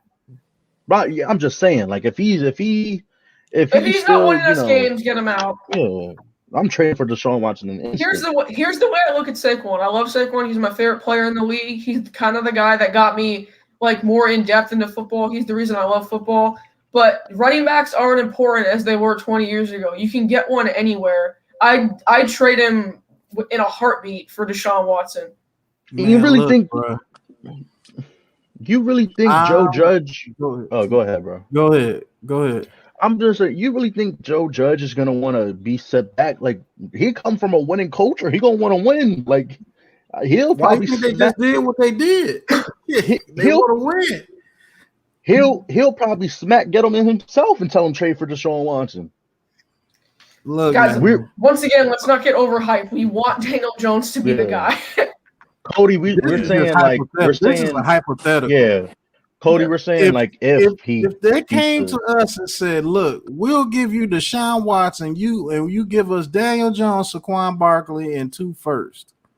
Done. I'll throw in Darius Slayton, 1 first, Sterling Shepard. 2 you first, want more? It's too much. You want more? No. Too much for a franchise quarterback that you know is going to show. Have you seen Deshaun Watson play? Like, are we missing? He's one of the best quarterbacks in the NFL. Listen. Now that I think of it, it's not too much. When Tom Brady retires and Aaron Rodgers is in the back end of his career, Deshaun Watson will be the second best, arguably the best quarterback in the league. Deshaun Watson led the league in passing yards last year. With Randall Cobb, a suspended Will Fuller. Come on, bro. Brandon Cooks, who always gets hurt. Here's the way I look at it. Here's the way I look at it. For Saquon, this is a hypothetical. If Daniel Jones does not work out, in a heartbeat, I will package Daniel Jones, Saquon Barkley, 2 first-round draft picks for Deshaun Watson. That's a steal. A washed-up David Johnson. If the allegations are not real and Daniel Jones does not work out in a heartbeat, I'll take Deshaun Watson. Well, we don't have to get into that, but we're not going to get into that tonight. I don't think we should do. But whatever that he had over there. But say for hypothetically, the guy still led the league in passing. Hypothetically, if Daniel Jones does not work out, I'm packaging Saquon, Daniel Jones, and 2 first-round draft picks for Deshaun Watson. If they accept it, good. If Daniel Jones doesn't work out, I'm giving it to Saquon, Daniel Jones, 2 first-round picks, Darius Slayton, Sterling Shepard. No, you can't give him receivers. Then you're building downwards. I'm sorry. Whatever you want. You can't give them everything because then you're just building downwards. He's gonna come back into a bad situation. Saquon Barkley, Daniel Jones, and 2 firsts is exactly right around what they were wanting because they were wanting 4 first-round picks. Saquon Barkley is a number 2 pick. Daniel Jones is a former number 6 pick, and you get 2 future firsts. That's 4 first-round picks. If they were to come to me with that, and if Daniel Jones is not working out, and if Saquon is all right, in a heartbeat. I don't care, bro. We're built to give up some players. I'm not worried about giving away Darius Slayton. I don't care if Saquon Barkley ran for 2,000 yards this year. Next year, if Daniel Jones is not. I don't know about that. You think Trust me, guys.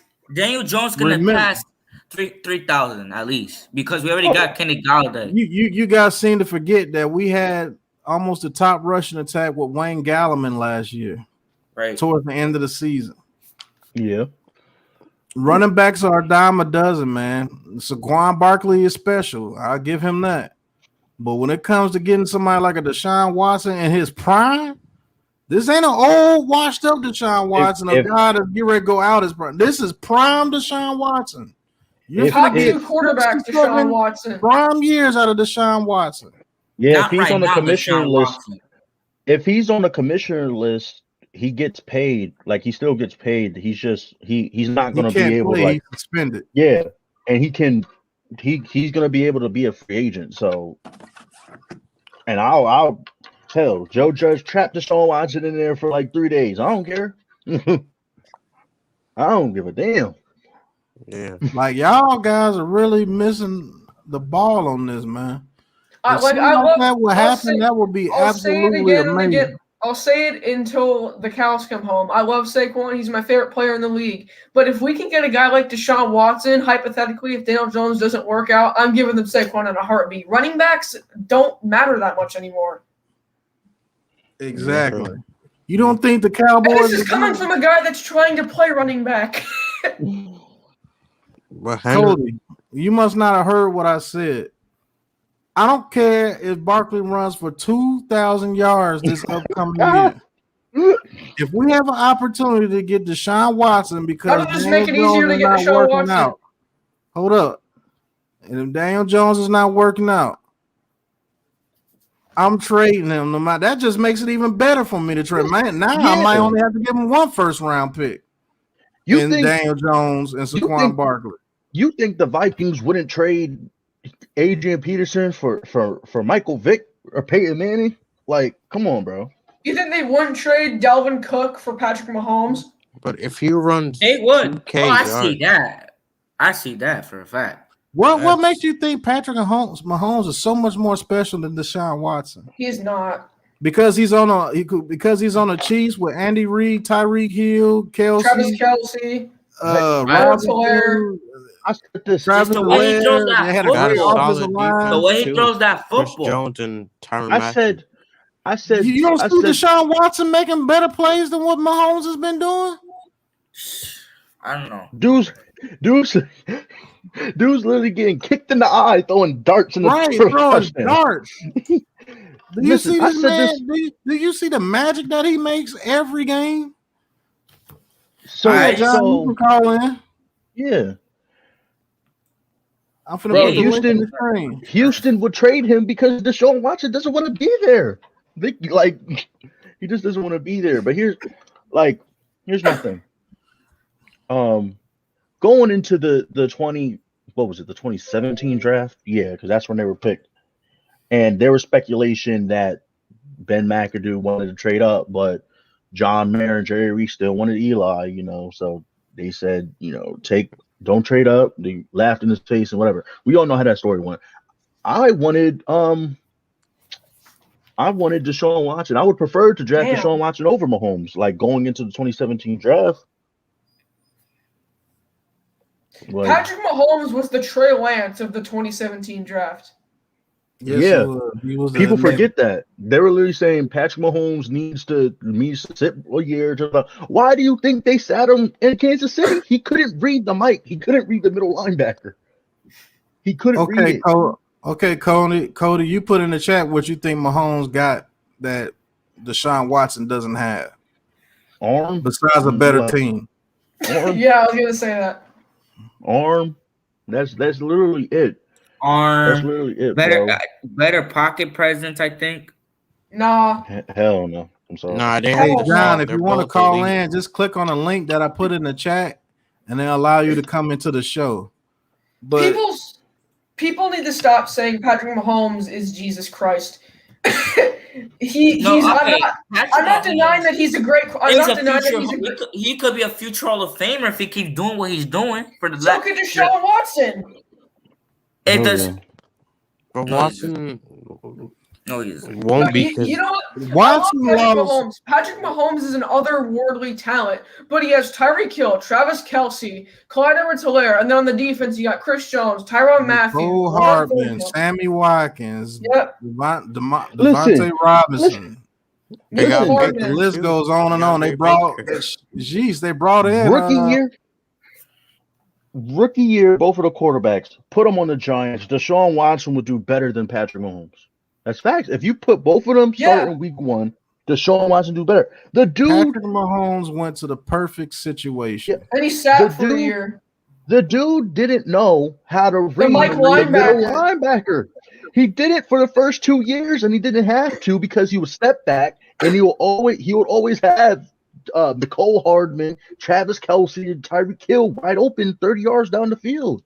And this is not turning into we hate Patrick Mahomes. It's just he was put in the perfect situation. This man said Mahomes has better agility and no look passes. Patrick Mahomes has good agility. No look passes. Deshaun Watson is more agile than Patrick Mahomes. Stop the goddamn cap for 3 seconds. If you think Patrick Mahomes has better agility than Deshaun Watson, you're watching the wrong football. You must be watching soccer. Only reason why Patrick Mahomes is a better quarterback than Deshaun Watson right now is because he went to the perfect situation. He has the perfect coach for him.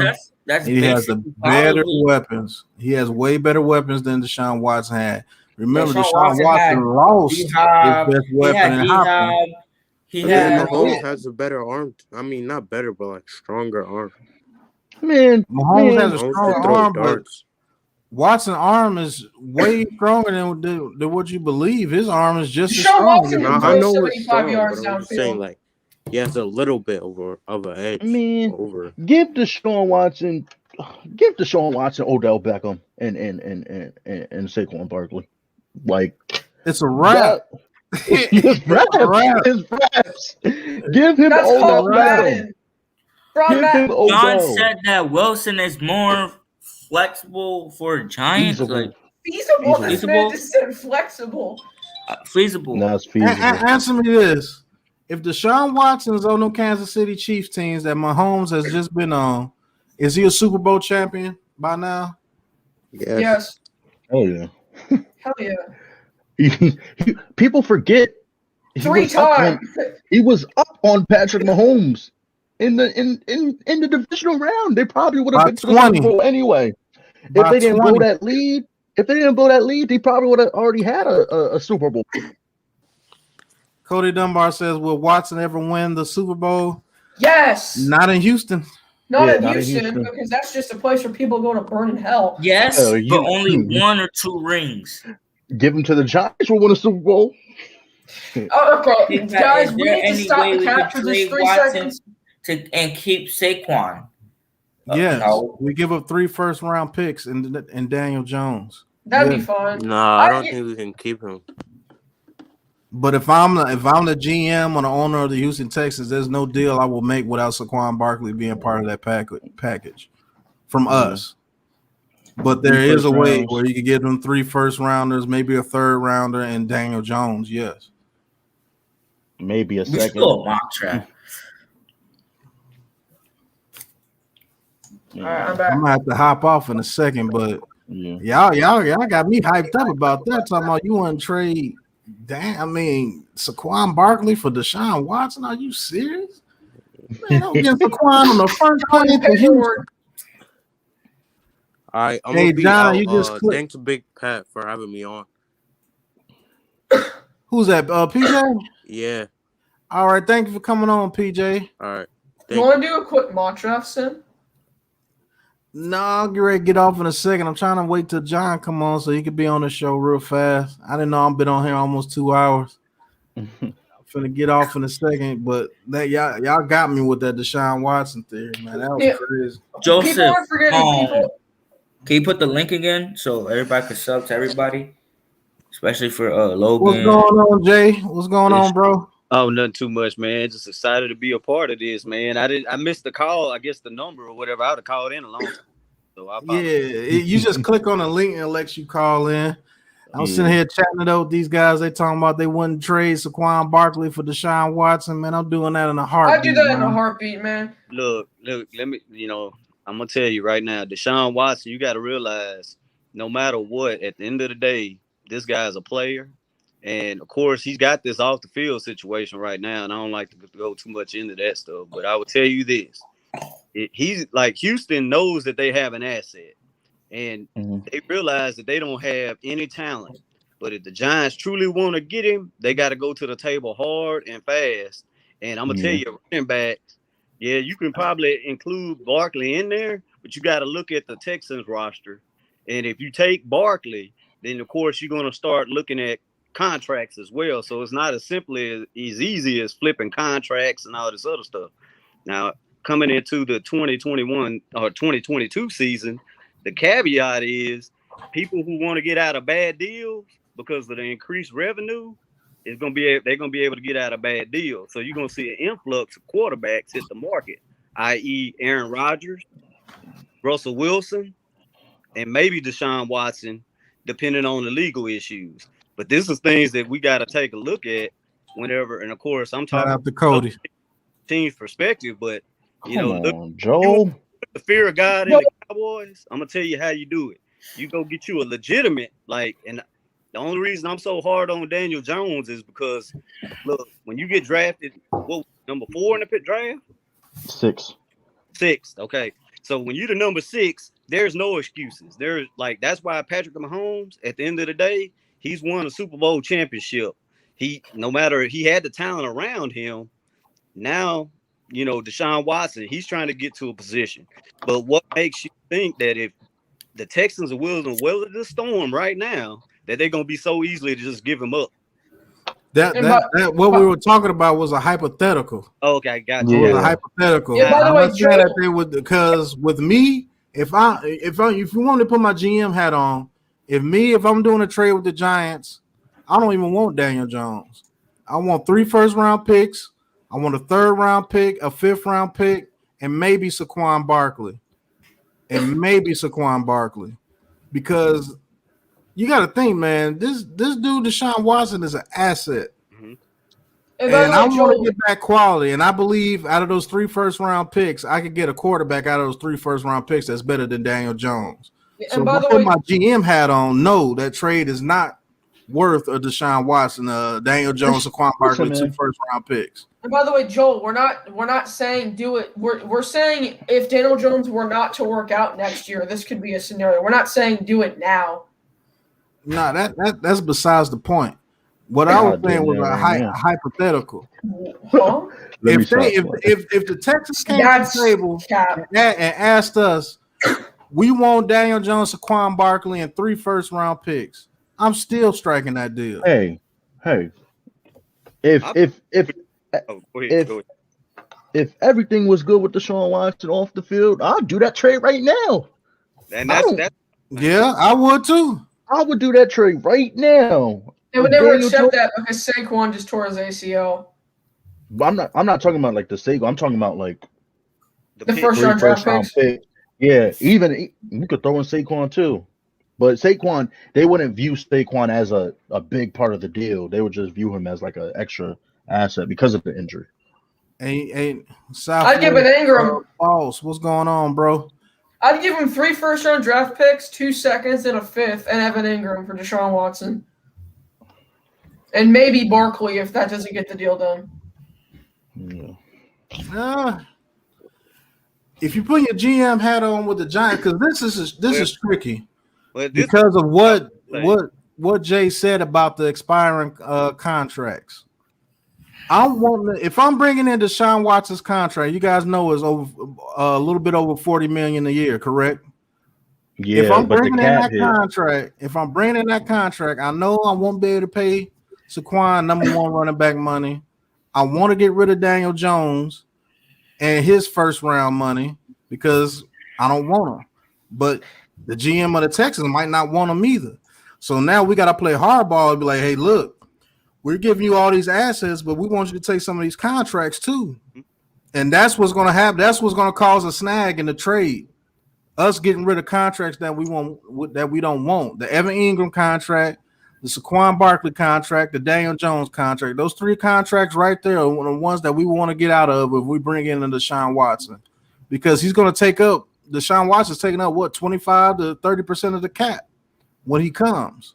Well, you have to get rid of those contracts, but those are players that the Texans might not be like, no, I don't want him. Saquon's coming off ACL, Evan Ingram can't catch, and Daniel Jones is bust. Why would I want to take those 3 contracts and give you Deshaun Watson? No, we want to free up money and get assets. That's what they're trying to do. They would just take the draft. I think they would take the draft picks alone, to be honest. Yeah, but we're wanting to get rid of players. You're not thinking about what we want as well. I'm saying, I think, by the way, Joel, I know you just hopped in. This is a hypothetical. For what I would do, I would give him 3 first-round draft picks, 2/3. Obviously, this is like Madden scenario. This would never happen in real life. It's not that easy. This is real life. But, like, if this is Magic Land, I'd give him 3 first-round draft picks, 3 seconds, a 5th, Evan Ingram, and I don't know, throw in somebody else in there. Here's Joe. Hey, what's going on, Joe? Let me ask you this: if Daniel Jones hits, Joel is dying. If Daniel Jones hits, let's say hypothetically, since that's what we're living in right now, let's say he does do well next year and he blows up. At that point, that changes the ball game. But you got to also look at the contract is coming. So, what are you willing to pay Daniel Jones in the future as well? Now, to be determined. With the contract, with the NFL contract going up, if Daniel Jones balls out the rest of his contract, he's going to be one of those quarterbacks getting around $42 to $45 million a year easily. And with those NFL contracts going up, and I don't even think Daniel Jones that type of quarterback though. For real. Like, I don't think he's more of like. But if he balls out these next 3 years, bro, he's gonna get that money.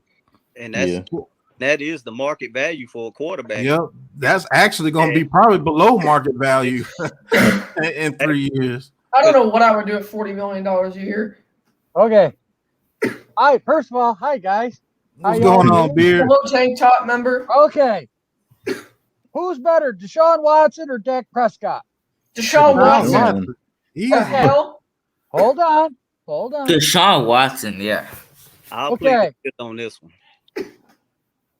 What was Deshaun's record last year with a bad team? They were 4-12, 4-12, or 5-11.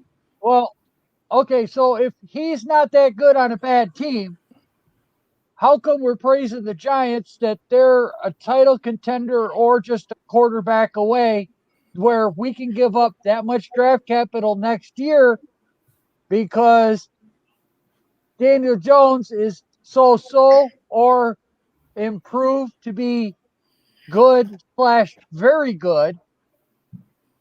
Why are you guys even considering a trade like that or even talking about it? Okay, guys, I'm gonna go back and forth with Joel on this one. Let me talk to him on this one, and then I'm gonna get okay, you I'll guys let to you. jump in. Yeah. Okay, Joel, you're playing that route where you're saying, what makes him so great because he was on his record is not that good with a bad team. Okay, cool. If you had your choice between quarterbacks right now to lead this team the way it is, who would you choose, Deshaun Watson or Daniel Jones? Be honest. If you want my honest opinion after what I'm seeing, what Come I on, saw Joel. last Be year, honest. I want Daniel Jones. Oh shit! Oh yeah. You wanted me to be honest. Now that you say that, now that you say that, give me 3 reasons why. Just give me 3. Okay. That you would pick Daniel Jones over Deshaun Watson. Just give me 3, Joel. Evan Ingram, Saquon Barkley, and a piss poor O-line. So basically, you're saying Evan Ingram can't catch. Which we all Saquon Barkley is hurt. Yep. And our offensive line was trash is holding Daniel Jones back. That's what you're saying. Yep. I agree. I kind of agree with that. Look. Deshaun Watson, O-line, trash. His receivers, hurt, trash. Okay. His running back, washed up, still led the league in passing yards. Now, I'm going to ask you again. Give me 3 reasons why you will pick Daniel Jones over Deshaun Watson. Reasons Daniel Jones give you, not other reasons. Daniel Jones, not excuses. What does Daniel Jones do that makes you believe he can lead this team better than Deshaun Watson? Go ahead. Daniel Jones is more accurate with a deep ball pass. Not true. Go ahead. Yeah, he's in the top 4 of accuracy of passes over 20 yards. Okay. If you want to go with PFF, go ahead. I'll give you that. That's one. We got to get numbers somewhere. We can't use some and then none of the others. If we're going to use numbers, we got to use them all.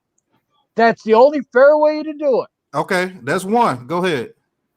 Number 2, Daniel Jones with a clean pocket is a 90% or a 90 quarterback rating when their line picks up all the blocks.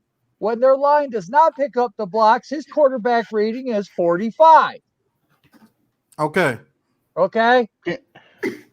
Number 3. Google search. Daniel just has a winning attitude.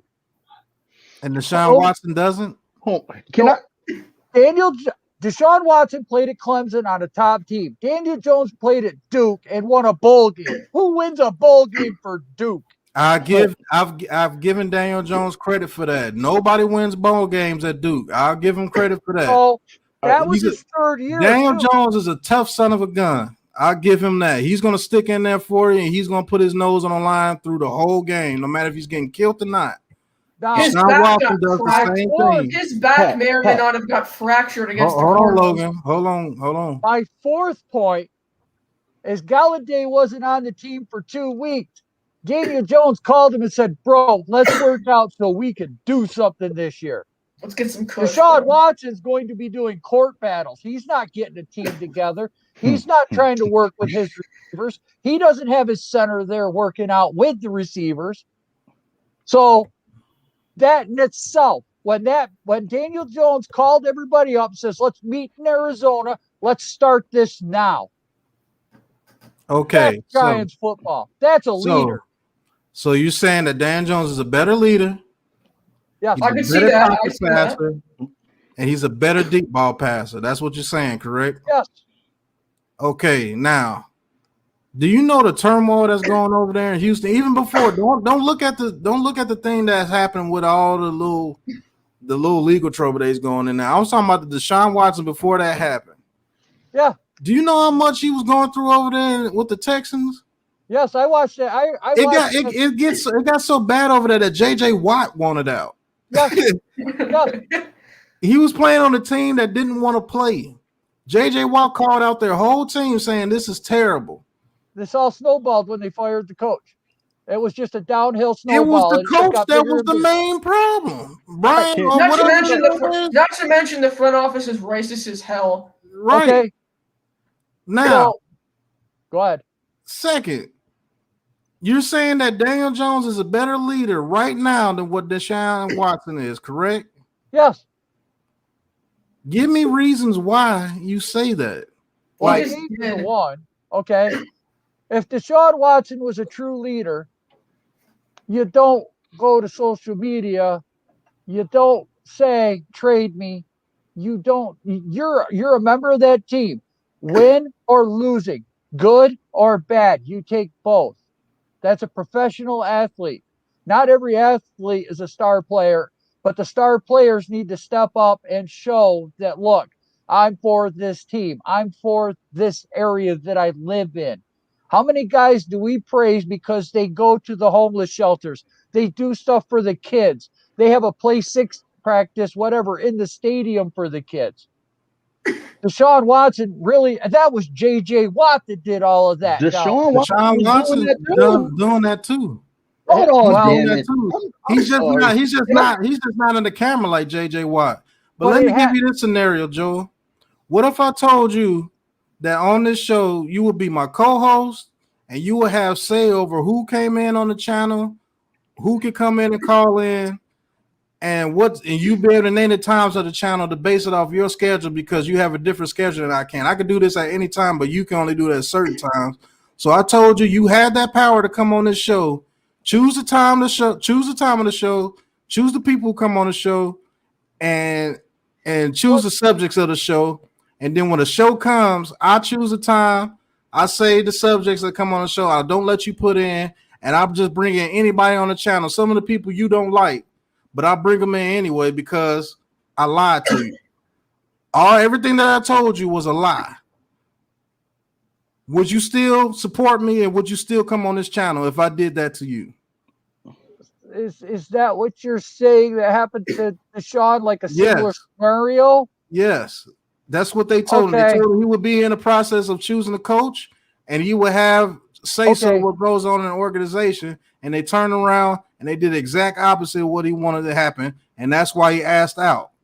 He was seeing all the people that they were getting rid of. They was getting rid of they got rid of DeAndre Hopkins for a washed up Johnson.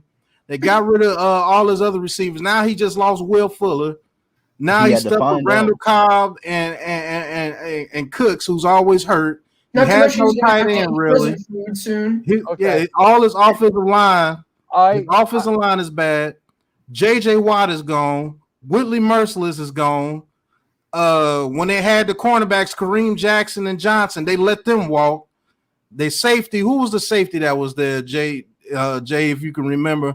Who was the safety? Kareem Jackson. They let Tyrann Mathieu walk. Al was the safety that they had. Oh, that was the one that got leukemia or whatnot. So that dealt the blow to him. And there was a couple other people.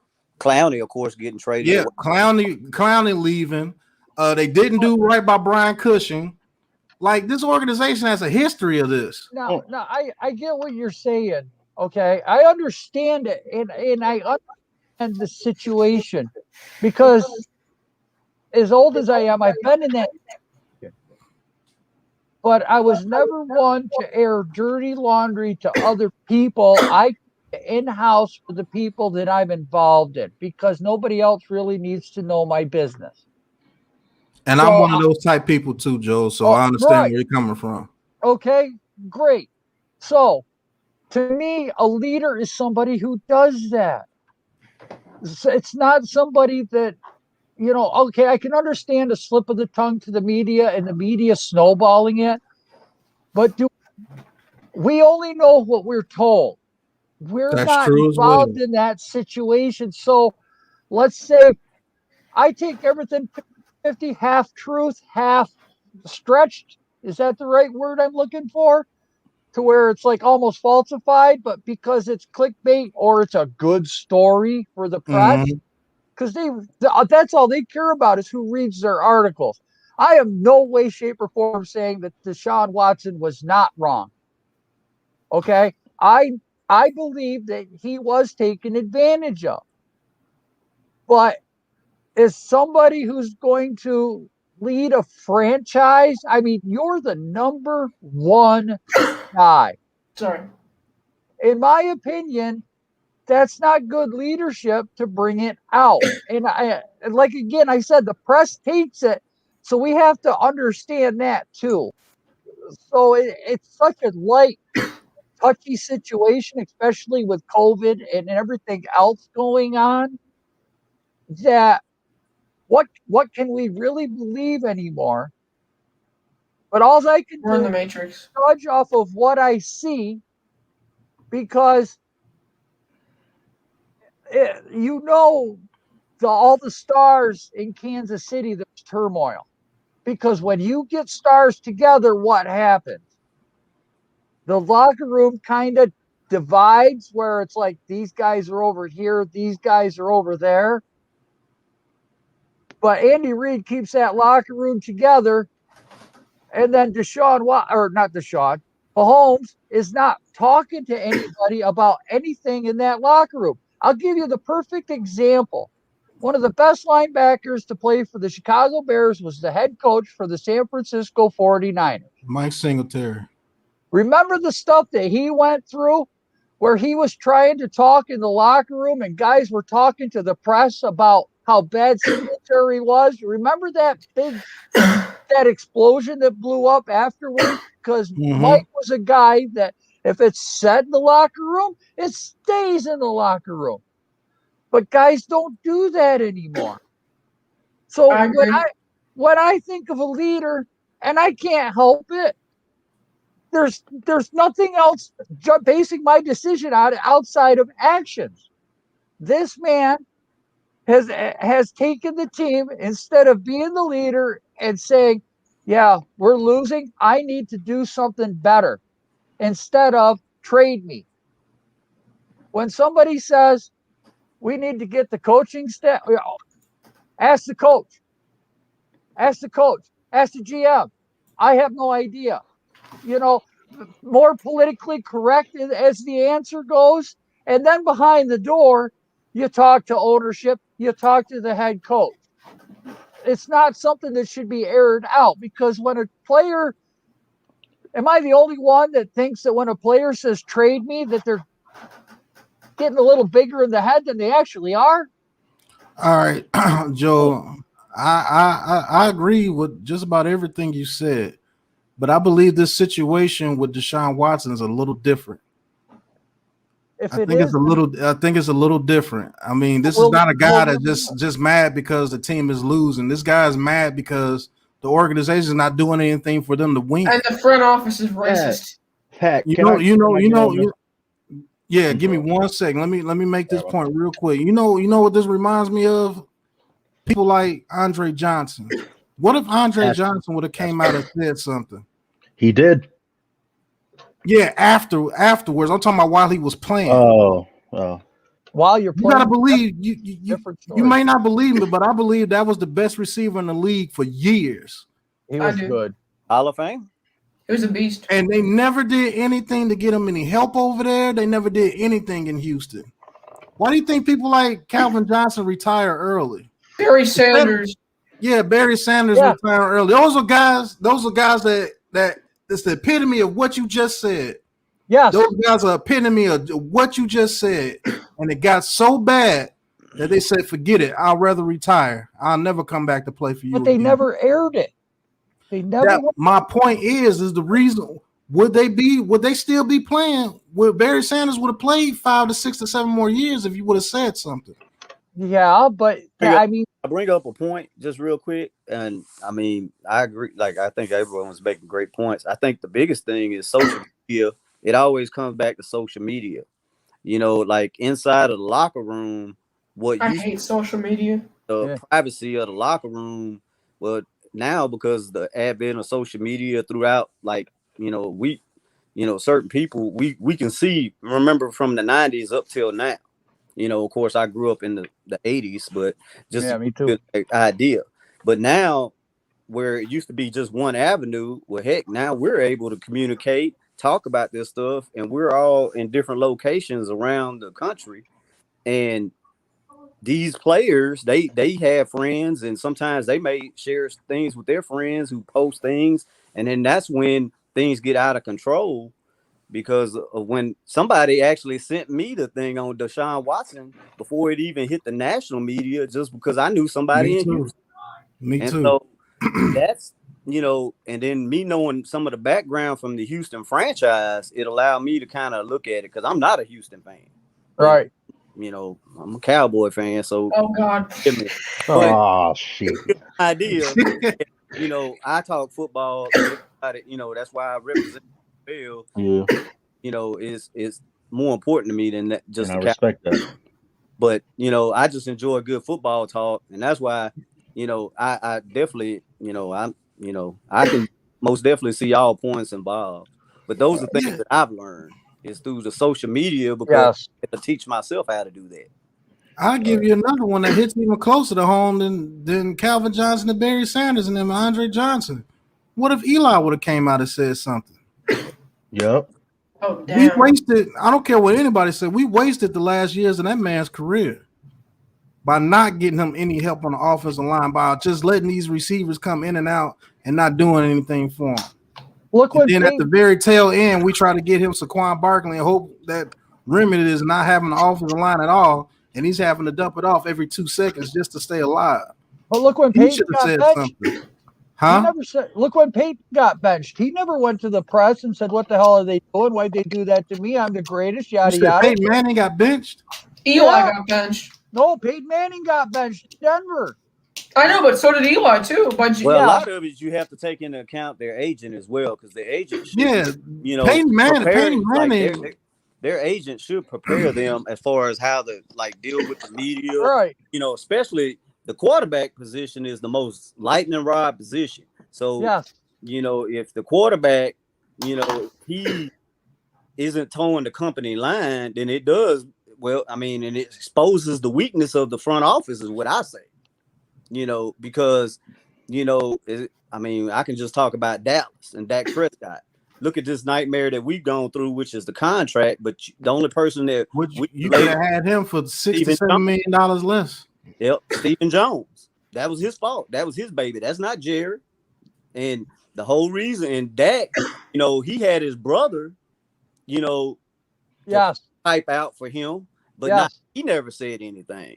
So that's the analogy or the example I best think of as far as when it comes to quarterbacks, their agent that has, and Todd France, that gives his biggest credit to Todd France, who is the agent for, and I don't have any affiliation with no agency, so don't worry about that. But to give you an idea, that's the guy that he had, and that's the guy that he utilized to negotiate this contract. And that guy, advised him how to play hardball with the Joneses, to give you an idea. Well, could you imagine? I mean, look at when Jimmy Johnson left Dallas. Could you imagine the stories he could tell about that division? When he left? And he's on national TV right now. I bet you he's got some arguments and blow up with Jimmy Jones has legitimate beef with Jimmy Johnson has legitimate beef with Jerry Jones, and he has the right to have legitimate beef. I believe they could have won 4 Super Bowls in a row if they would have kept Jimmy Johnson. Yep. I honestly believe that. But that's the only thing I get at is that it seems like the guys that don't talk about it, we respect more as fans. Is that the right word? I don't know. We respect them more, Joe. But I'm saying, what if Calvin Johnson asked for a trade to get out of Detroit? What if he might still be playing? He probably would still be playing, and would be the best receiver of all time. But it's not in their personality to do that. There are people that we're striving away from the point here. I just want to get in this for a second. Listen, Deshaun Watson is really different than most other quarterbacks. As a black quarterback, and if you are the face of when Houston changed from the Oilers to the Texans, Deshaun Watson is the face of that franchise, of that Houston Texans franchise of all time. You got the owner coming out saying, well, other than J.J. Watt, but quarterback is a more valuable position, You had the owner coming out and saying you can't let the inmates run the prison. You've had Andre Johnson, who's known as not a vocal player. He's just about his business. He's about his work on the field. He's come out on Twitter and texting him a paragraph telling him about you need to get out of Houston. JJ Watt on camera talking about, I'm sorry we wasted another one of your years. Like, you got to take into account what that does on the mental. But we're really getting into, this leadership and stuff. Like, can we get to the facts here? Deshaun Watson is a top 5 quarterback in the NFL. Top 2. At best, right now. Right now, at his best, he is top 3. That is Patrick Mahomes, Aaron Rodgers, Deshaun Watson. You can figure out which order you want to put in. I put Deshaun Watson above Aaron Rodgers. That could be a debate because they pissed Aaron Rodgers off this year, and he just had a monster season. But so other than that, Aaron Rodgers is a wuss crybaby. This dude has proven. Tom Brady's top 10. Top 5 right now. Oh, okay.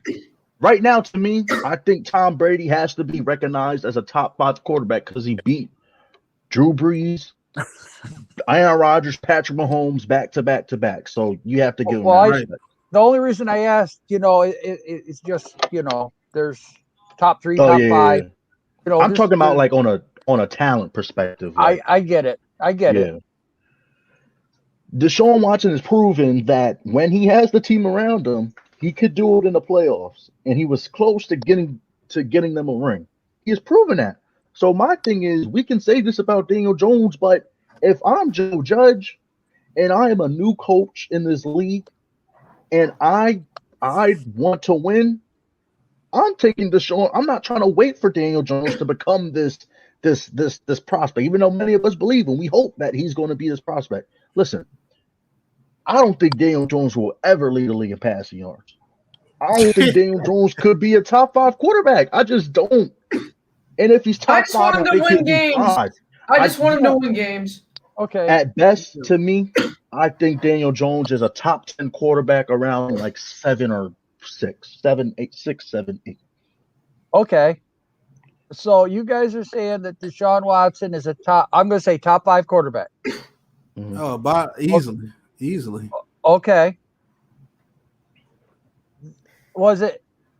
Whose fault was it when they lost to the Chiefs in the playoffs? When that comeback came, when they did that comeback, when the Chiefs' offense is the fault. Okay. Look, I'll put that on Deshaun Watson and the defense. Okay. But if it's 100% fault, I'm putting it 50% Watson, 50% defense. So they've been to the playoffs twice, right? Either 2 or 3 times. I believe 3 times. All right, but have they won a playoff game? Yeah. They beat the Bills. He missed one year with a torn ACL. Don't forget that. Okay, so remember he came back and beat the Bills. Was it he did, the year before but then last? He won a playoff game, and I want to say he lost one or something to that effect. But I believe I can look it up while you guys talk. I believe his first year he didn't 1-3. start out the gate, but then he finally started. Then his second year was when he blew out his ACL. His third year was when he went to the playoffs, and then last year was the fiasco. 4-12 year. Yeah, exactly. Okay. Here,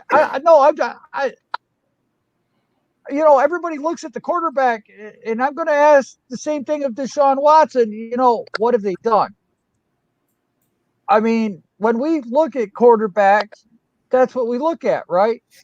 So while everyone says that Aaron Rodgers is a great quarterback, he's been in the league. I think he's overrated. But he's been in the league for 13 years, and the man only has 1 title. That's why I said talent perspective, Talent. Well, I mean, if you think about it, Rodgers had all the talent in the world to play the game. There's other quarterbacks that were just as talented but failed at the same time. I mean, look at how many. I mean, there's only in 56 Super Bowls. What is this year? 55? 56, whatever it is. 56, I think. In all those Super Bowls, only 8 first-round quarterbacks were taken. Number 1 overall have won a Super Bowl. Only 1 or 8 have won 1 Super Bowl. So, everyone says these are great quarterbacks. These are talented quarterbacks. But even if you're talented, that still proves without the right players in piece, O-line, receiver, running back, skill positions, the quarterbacks is still only as good as that. So this, what if Daniel Jones fails? I personally don't think he's going to fail. I personally think he's going to be a top 10 quarterback. And I think we have the best quarterback in the NFC East. Yeah, me too. But by the way, guys, we're just clarifying. This is hypothetically. This probably won't happen. I get it. Let me ask you a quick question. Do you think Tom Brady wins with Houston? Let's say the Houston team that was facing the Chiefs in that playoff game. Do you think they win? I think Tom Brady would have that team as a winning record because he's not going to put up with a lot of the shenanigans and he's going to get people and make them play. He's the greatest of all time for a reason. It's not only the greatest, but if you looked at how Tampa Bay came out of the gate, they were 7-5 at one point. And if you look at how Tom Brady chose Joe, I'm agree with you. Tom Brady is the greatest of all time. There's no question about it. 7 Super Bowls. And I don't even like the guy, but you got to give him his just due. I think he's the greatest quarterback of all time. I personally think LT is the greatest football player of all time. That's debatable, but he chose Tampa Bay for a reason, man. Yes, you know what he had over there in Tampa Bay. If you put Tom Brady on that Houston Texans roster, I think they're at least 500. At the best, they may get to a wild card in the playoffs just because it's Tom Brady. At best, think about last year, Aaron Rodgers. What was Tampa Bay's last season in the playoffs prior to last year? They didn't make the playoffs. No, I'm talking about they were contending last for the season, the playoffs before. Man, they were contending for the playoffs. I remember. I think it was 2010. They were in the hunt. Oh, the last time they made the playoffs? Yes. Oh, 2007. Yeah, it was like around that. Yeah, 2007. Yeah, it was somewhere around that time. Yeah. But here's the thing: you can go from the house to the penthouse, is what I'm trying to say. Just the right people, right place, the right time. But here's the thing: you already knew what you had over there in Tampa Bay. I'm gonna let Ash go before I go. Go ahead, Ash. My fault. But here's the thing about like you said, like these talented quarterbacks, they're not putting the game. They're not putting, they're not elevating their team really. Aaron Rodgers, I put this year on him. He had 3 chances to win. He couldn't get it done. We could say, they should have went for it on 4th down, but I put this year on him. Last year, it's hard for me to put that on him because their defense was all right, but literally he's only throwing the ball to Devontae Adams. Like, come on. That was the first year of the head coach. That right there for Aaron Rodgers. I can't make an excuse for Aaron Rodgers. He won an MVP with the same people. Yep. Yeah. I've been saying that for so long. Valdez Scantling. What's the other guy? The big guy. Tobin as the tight end is a very good tight end. Tanyan and Lazard. The running back, Aaron Jones. Aaron Were you Jones. talking about the year the 49ers went? Look, he had not with the 49ers. The 49ers, they got absolutely punished. Are you but talking about last this year when they lost to the Buccaneers, I put that on Aaron Rodgers. That defense performed. Tom Brady threw 3 picks in that game? Yes, 2 back-to-back? Yes. And you couldn't drive it down to get points? You put Aaron Rodgers on Tampa Bay, he's winning the Super Bowl. You put Aaron Rodgers with some of those Patriots teams, he's winning the Super Bowl. You put Aaron Rodgers the difference between Tom Brady and Aaron Rodgers is more talented, hands down. He is. He ain't got that dog. He ain't got that dog like Tom Brady. You could put Russell Wilson on Tampa Bay and they would have won the Super Bowl too. Yeah, so I'm just saying, like, right. But that's building that talent around that individual. I mean, that shows that even the greatest needs to have that team built. I mean, without it, everybody's average. Without the star players, the playmakers. So You could have you could have the most talented person in the world and not win. And we saw that decline in New England because the players were getting old. The draft picks weren't there anymore, and they just started declining. And then Tom Brady said, I see the writing on the wall, and I'm getting out of here. That's what Tampa Bay calls. Tampa Bay says, hey, I got something preloaded down here. Guess what? I got an offensive line. I got receivers, and we got a hell of a defense. Y'all want to come down and win us a ring? Okay. Yeah, Tampa Bay, cool. Nice and warm. Girls walking the beach. Heck yeah, I'm down. All old men go to Florida at some point. Hold on. Because we get this, Tom Brady's the GOAT, but let's not forget, like, Tom Brady's a damn diva too. He wins. Yeah, he is. But let's Tom keep Brady's that real. a cheater, first of all. I would just like he's to a mention diva. that. We define Odell and all these receivers divas when they throw temper tantrums, but when Tom Brady is screaming on the bench, screaming at his coaches, we say, "Oh, smashing his." I remember after Leo for the game. I remember the Tampa game. I remember the Tampa game. Sorry to interrupt. I remember the Tampa game where Leo hit the crap out of him, and they had to punt, and Tom Brady's on the sideline smashing his helmet, throwing tablets and crap. Yeah. And it's a different set of rules. It's a different set of rules for Tom Brady. Yeah, because he is Tom Brady. Yeah. My man DJ, what's going on, bro? What's going on? What's going on, y'all? There's an echo. There's an echo. But does somebody have the channel up? Yo, what up? Yo, give me 1 sec. I'll be right back. Yo, what up? Yo. Ask Money, what's goody, bro? Yo, what's up, bro? So we were going at it about Deshaun Watson here being one of the top quarterbacks, and what's going on? Will we be better with Deshaun Watson or Daniel Jones? Joel says we'll be better with Daniel Jones. I'm saying Deshaun Watson. I would say this: if you put Deshaun Watson on the Buccaneers this year, I believe they still win the Super Bowl this year. I might add, I believe Deshaun Watson is just that great of a talent. Yo, Deshaun Watson makes this Giants team ready to win now, bro. But I was claiming for Deshaun Watson like months ago to come on this team. When Danilowski had that dumb trade, even though I didn't like that trade, but I did like the idea of getting Deshaun Watson.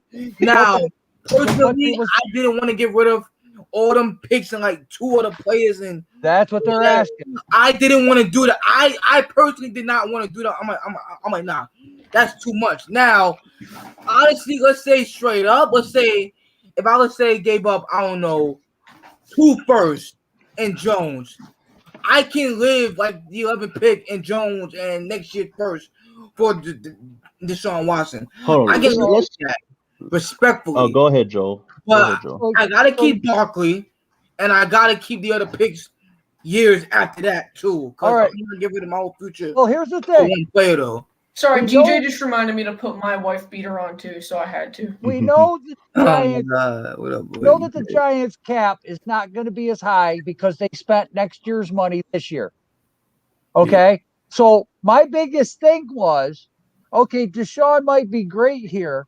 Yeah. But is this Giants team really good enough where we can give up first round picks and be a Super Bowl contender? All right, here's the thing. That's a good question. That's a good question. I would say if we get Deshaun Watson, yes. Here's the thing about that. Next year, our money is going to be used to re-sign players, right?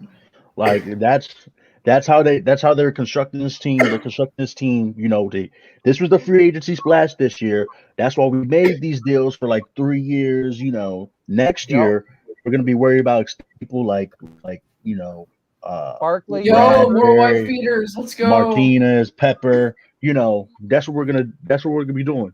So, I personally think that we are, because we're starting this team. We have young players. I don't know if it's correct, but I think we're the youngest team in the league. I'm not sure. I think we're close to it. If we're not, we're very close to it. So here's my thing. Hey, last year we was competing with the Bucks. We was competing. With this coaching staff. I don't care about the talent for real. I'm not gonna lie. But let's go back to what started this convo. Would you give up Saquon for Deshaun? Yes. What? No. Nah. Without the allegations. I gotta say, man, y'all killing me, man. If he's a running back, bro. Barkley. Hashtag team tops. Hashtag team take ups. Facts, bro. Who am I running back now though? If I give a Saquon though, Booker. Hashtag team. Let's say we get somebody in the third. Right. Let's say we get somebody in the third. It's not like we need a talent. We don't need a top 5 running back. We just need somebody. We don't. We just need somebody. What world are y'all living in, man? Change. You wouldn't say Saquon Barkley for Deshaun Watson? No, I wouldn't. Let me ask you all this. Like, Let me ask you all this. Frustrated I've ever been on my channel. Let me ask you all this. Let me ask you all this. I don't know about that. I don't care about the puppet, man. I don't know about that. I don't know about that. Hey, yo, if I hear that, you gotta leave the stream. I don't know about that. I gotta think about that one. Who gotta lead the stream? What you just said. What? Let me ask you a question. All right, Let me ask you. He said I gotta lead the stream because I'll give him Saquon for Deshaun. Let me ask y'all a question. Because y'all Hey, hold on, y'all. Let Ash go because maybe I gotta get rid of my channel. Because y'all really making me mad with this. But who would y'all rather have on team? Adrian Peterson or Peyton Manning? Both in their prime. Peyton Manning. No question, Peyton Manning. Let me ask you another question. Let me ask you another question. Who am I taking? Peyton Manning or am I taking who? Adrian Peterson. Oh, I'm taking Adrian Peterson because we've already got Eli. How about guys? We're talking about the start off your franchise. Everybody just start off your franchise. Nobody on your franchise. 3 seconds. And you got a choice between your first pick, Adrian Peterson or Peyton Manning. You're telling me you're taking Adrian Peterson over the sheriff? Yeah, because we got who is arguably hey, Joe, we don't have anybody else on the team. This is our franchise player we're starting with. Guys, how about just let me get these out. Okay, Walter Payton or Joe Montana? Who are you taking? Now that's a tougher one than Adrian Peterson than Adrian Peterson Peyton. Walter Payton's the best running back. Walter Payton was the heart and soul of that Bears team, and he's the main reason why they won that Super Bowl. But Joe Montana was Joe Cool. So that one's tough. That's a tough one. That's tougher than Peyton Manning. That's a little bit tough. So you're telling me if you had a built team and you needed a quarterback and a running back, and you had options between give me the quarterback. 100%. Or even starting your team. Give me quarterback 100% over the running back. Honestly. What I can't get you guys to see is that if we had an opportunity to trade Saquon Barkley and some picks to get Deshaun Watson, there's no question you take that deal. No. Reason why running backs aren't what they used to be. They're not counted on as much as they used to be back in the day, like a Emmitt Smith or Walter Payton, as he said, or Adrian Peterson, Barry Sanders, Eric Dickerson, all those guys. They're not counted on like that anymore. The closest thing you got to it is Zeke. Hold on. The closest thing you got to it. Derrick Henry, I'd like to. And Derrick Henry, Derrick Henry. That's the closest you got to it. How did the Titans get to the playoffs every year? Derrick Henry. Because they run their offense with Derrick Henry. What happened when they shut down Derrick Henry? What happened when they shut down Derrick Henry? Ryan Tannehill chokes. Well, let me ask y'all. Tannehill doesn't really have anyone to throw to. He got AJ Brown, Joe. One guy. He got AJ Brown, Corey Davis, Joel. Come on, Joel. Come on, AJ Brown, Corey Davis. What's the But when I was watching, can we get my dad's opinion on this? Can we get my dad's And opinion? also, it's RJ Sharp, I think. Also, but whenever I watched the Titans play, it looked like the Giants' offense because they weren't open. I'm just telling you what I see. That's all I'm doing. Telling you what I see. I watch let's let Logan's dad say something real fast because y'all blowing my mind. I agree with Pat. Would you trade Saquon and 2 first-round draft picks if there was no allegations for Deshaun Watson? Oh damn! Or think of it this way: would you rather? What's the big thought about it? What's the big thought about it? You take the quarterback over the running back. No. Why would you trade? Oh, now my wife's going hell no. Why would you? Why would you? Oh hell! You need a quarterback over the running back. No, tell him the scenario. Tell him that if next year. Yeah, Joe Montana. You'd rather have the scenario. Tell him the scenario. Okay, Next year, here's our if scenario. Daniel. Okay, go ahead. Say Daniel Jones is booty cheeks next year, okay? And the Texans say we want 2 first-round draft picks, Saquon Barkley and Daniel Jones, and you can have Deshaun Watson. What do you do? 2 first-round draft picks? 1 first-round draft pick, Daniel Jones. No, it's 2 first-round draft picks. Daniel Jones and Saquon Barkley. 2, bro. You take that all day for Deshaun Watson. No. Yes. No. Yes. Oh, man.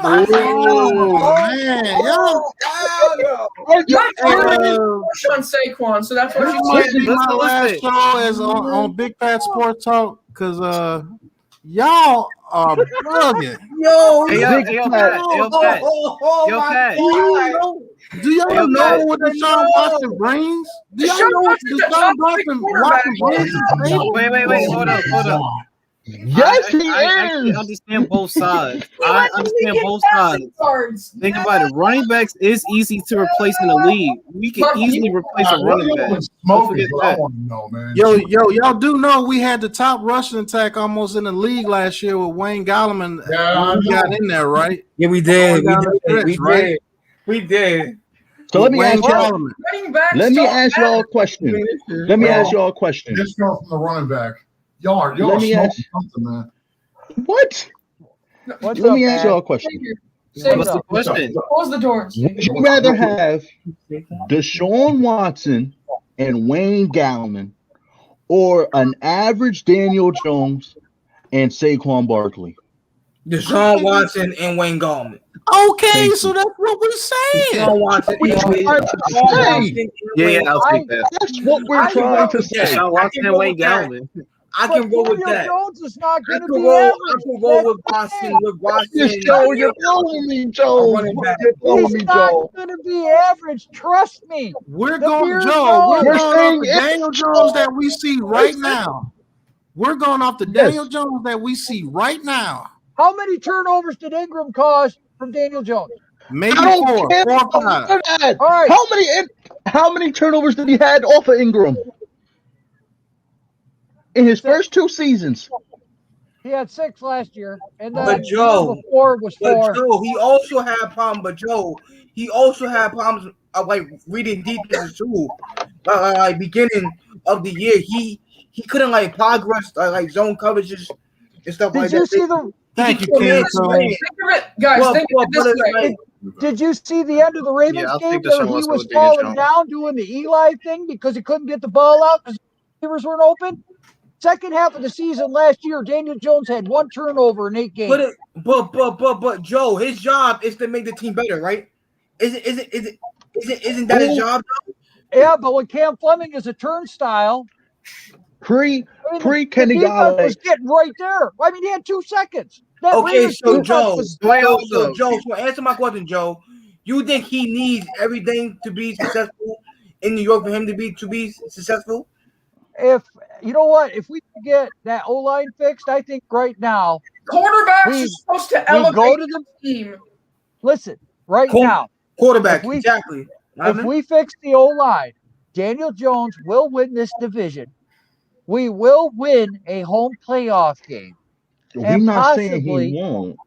Will win the next one. You know, can I just say something? You want to know something? If Deshaun Watson is the quarterback of the New York Giants this past year, do we make the playoffs? Yes. Yes. You do. Yes, yeah, I'm asking Joe. I'm asking Joe. Joe. I'm asking Joe.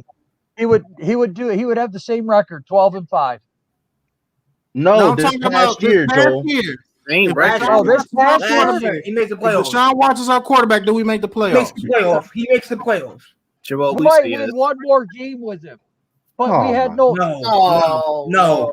Wait a minute. No. If we have Deshaun Watson, hey, listen. If we have Deshaun Watson, we win that Tampa Bay game. Jokic, what is you doing? We win both Dallas games. We win both Eagles games. Yes, I believe that. I believe he wins those games. I believe we beat the I Cardinals. think he's doing that game. But we just said not that long ago that it's the time Texans to punch and the the air, Giants guys. were butt cheeks. We just said they were the same teams. Name really Deshaun Watson squad. Now let me ask you all a question. Hold up. I agree with Pat. Think about it. They took away DeAndre Hopkins for Watson, and he somehow put over 4,000 pass yards without Hopkins. Who has a better receiver? What are we doing? If Deshaun Watson was on a team right now with Adoree Jackson, James Bradbury, Logan Ryan, Blake Martinez, and the defense we about to have this year, he would have 13 wins right now. Like, he would have 10 wins and win the division. This year, with the teams we have now, he would. Yo, bro, his stats will be insane, bro. We sweep the division. You sweep the division last year if we had Deshaun Watson. With this defense and Deshaun Watson, we sweep the whole division. Guess what? Also, and Deshaun Watson had Kenny Galladay for him to that'll be legendary. Think about it. He had Hopkins, so he could do the same thing with Galladay. You had Galladay, bro. He would have been over, bro. Respectfully, bro. Give me 2 minutes here. All right, let Joe have the flow. Let Joe have the flow for 2 minutes, guys. Now, you guys are saying that Deshaun Watson is that much better. Now, this may be true. However, we'll never know. But to come back to your point, Daniel Jones was throwing the guys. They couldn't catch the ball. Right or wrong? How many drops did they have? They had a lot. They had 22 drops, I think. Okay. All right. Deshaun Watson had the same issue. They were dropping the ball. Answer my question, Joe. We down by 7. Fourth quarter. Who you trusting? Jones or Watson? Watson. You ain't gonna like my answer. Watson. I'm trusting Watson. You said Jones? Down by 7 points in the fourth quarter. Yo, Pat, help us. Yo, Pat, help us. I'm done. I know what it is. I know what it is, man. Me and Joe haven't gone fishing yet, so that's why we're disagreeing on this. That's why. That's why. No, it's not that. Look, okay, hold on. I'm seven? going to give you a reason right now. Back in 1979, there was a kid drafted out of Moorhead State that Pete Rozelle laughed off the stage. His name was Phil Simms. The first 2 years, he was booty cheeks. Then all of a sudden, he had a coach by the name of Bill Parcells. Parcells took the reins over and turned him into a NFL Super Bowl MVP. I've seen the same thing all over. Joe. Now, Joe. But you gotta know that. You gotta know that Deshaun Watson. Please let me ask you a question. You know that, right? How about Joe? Dave Brown? Please let me ask you a question. Now I'm only like 18, 19 years old, so I wasn't watching. And bro, I wasn't alive for the Phil. I wasn't alive for the Phil. I didn't see Phil Simms. I don't know nothing about that. Was Phil Simms ever a top 5 quarterback in the NFL? Yes or no? During his era, there was There was Dan Fouts. Jim Kelly. There was Jim Kelly. You know what? It was Joe Montana. Joe Montana at the time. Doing who else was doing that league? No, he was never a top 5 quarterback. Wait a minute, was off the top of my head? No, Dan Marino. Was Dan Marino playing in that era? Yeah, Dan Marino was playing in that era. Phil Simms over Dan Marino. Wait, are we counting Steve Young also? Did anybody say that? No, Steve Young is in the 90s, so no. Okay. Would you have Phil Simms over Dan Marino? But yeah, no, Dan Marino is better than Phil Simms. I would just like to point that out. You know what? At that time, I'm going to look at it this way. What? Phil Simms literally What's took happening us right to 2 Super Bowls. Wait, what? Oh, Steve, come on, bro. So, dude, I'm telling you.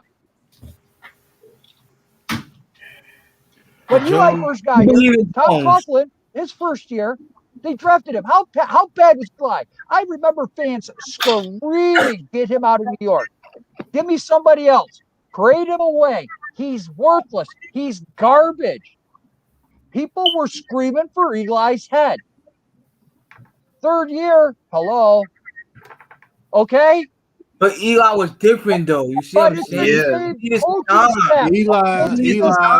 Daniel Jones is not Eli Manning. He's not. Daniel Manning, though.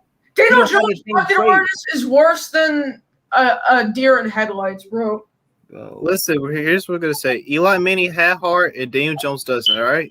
Daniel Jones got some heart. I'm saying the difference between Eli Manning and Daniel Jones is Eli Manning was extremely smart. Not saying that Daniel Jones is dumb. Eli Manning knew how to read that pocket and everything before. Way before you can't Daniel compare Jones had. Eli, who was in the league 10 to 13 years, over Daniel Jones, who was in here for 2. Eli came out calling out the mic and demanding the pocket and moving around. Interceptions left and right, too. Yeah, he was throwing interceptions, but he still knew how to read defenses. He threw interceptions because that's what Kevin Gilbride wanted. But Eli, he threw a lot of wrists too. You feel me? He was more mechanically. So it was like he needed some power. They have the same quarterback coach in college, David Cutcliffe. He coached Peyton. He coached Eli. Coached Daniel Jones. Now, Joe Judge is not going to take the job for the New York Giants if he's stuck with Daniel Jones. So Joe Judge has to do something he likes. He's a Gettleman. He got no choice but to stick with him. He do Dave Gettleman guy. So he had no so basically, hold on, Joe. Dave Gettleman was not the GM of the Giants last year. Justin Herbert is a Giant now. Well, 100%. I'm 1,000% positive. Jones would have been traded, and honestly, Herbert would have been the pick at 4. Eli Manning or Drew Brees. Eli. Yeah, Logan. Eli. Logan, I was about to get mad at you right there. Eli all day because Eli is a better winner than what Drew Brees is. If you want a great regular season, you choose Drew Brees. But if your team to get to the playoffs, I'm choosing Eli Manning all day. Now here's the thing. Daniel Jones is not. Well, we don't know this yet. I'm not going to speak on him. Like for people, he only played 2 years. No. Ash, like for people saying, hold on.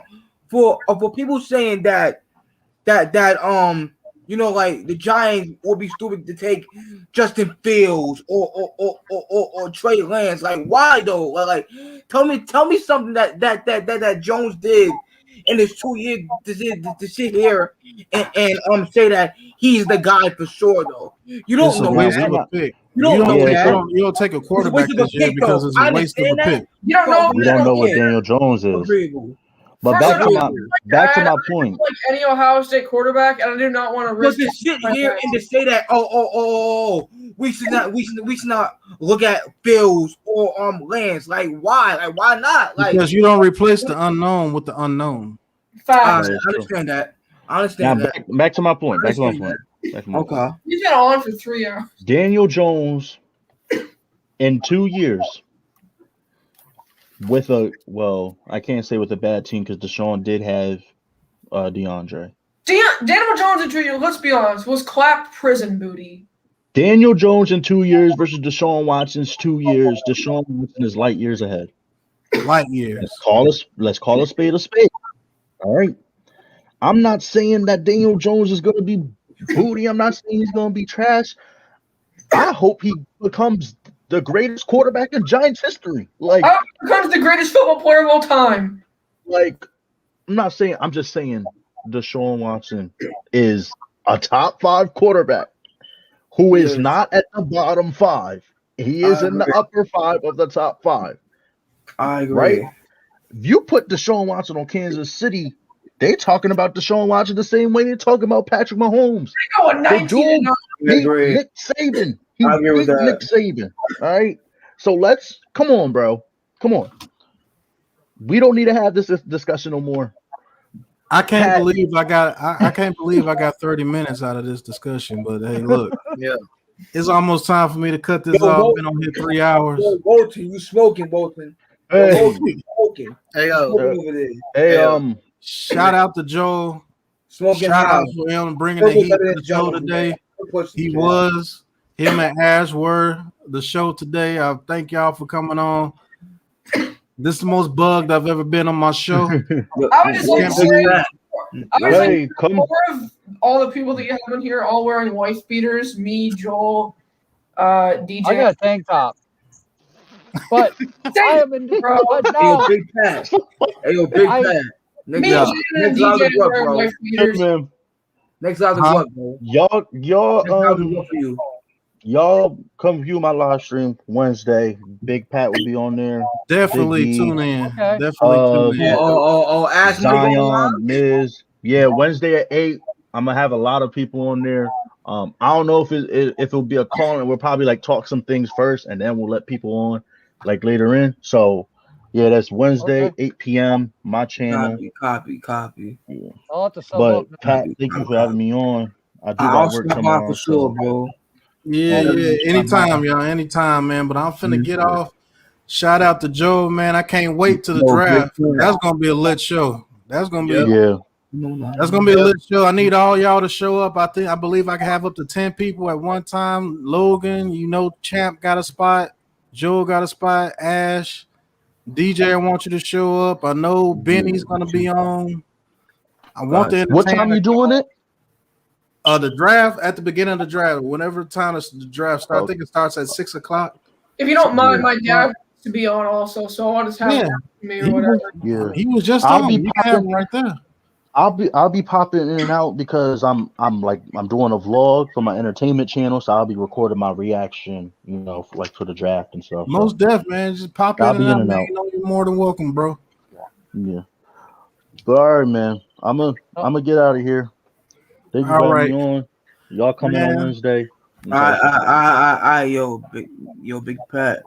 I'll let you, kid. I'll definitely stop about Wednesday and shit for that. All right. Make sure y'all come to the draft channel, and Joe, you make sure you're there. I'll try to make sure you're there. Listen. Depending who we draft at number 11, Joel, he might get mad. If we take a corner, my monitor's going to hell. Yeah, now if we take a corner, I'm gonna be mad. But listen, if we draft a corner, I'm leaving the live stream. I'm not coming back for another week. You all know the truth? The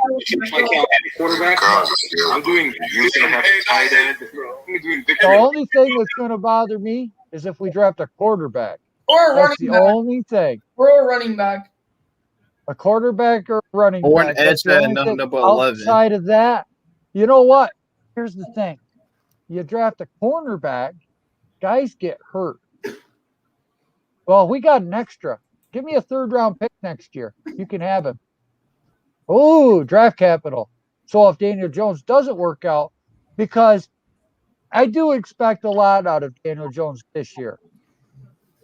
I really do. And I hope that Garrett gets his head out of his butt and does something outside of 7-yard curl route so that we can see Daniel read a defense, so that we can see Daniel escape the pocket. I want to see more rollouts. There is a lot to be hindered with him. But as of right now, I'm just telling you how I feel as a Giants fan from what I've seen in previous coaching staffs and previous seasons. I mean, that's what I have. That's what we all have to go by, what we've seen. And I just feel like I'm seeing a repeat of 1983. We went 3-11. The next year we went 9-7, and then things started to click. We got the right personnel in, and that's what Judge and that's what Gettleman are doing right now. They're getting people that want to be Giant because we heard all the guys that we signed. I want to be a Giant. We didn't hear them say, well, they offered me the most money. When I get a guy that says, I want to be a Giant because I believe in the coaching staff and I believe in what they're doing, that to me, that's leadership. That all translates downhill. That goes from Gettleman to Judge to his staff to our quarterback to our players. And when you get that kind of a progress, I'm seeing Parcells 2.0. I'm seeing Coughlin 2.0. And I see a lot of faith and a lot of hope from a lot of Giants fans this year. We're not seeing on Twitter. I will say that it is eerily similar to the previous two Super Bowl runs. Like, it's very similar. I'm seeing the exact same thing happening. Like the first time when we got Plexico. Yep, Daniel getting Kenny Galladay is the exact same thing as Eli getting Plex. Yeah, it's like really similar. And now then say if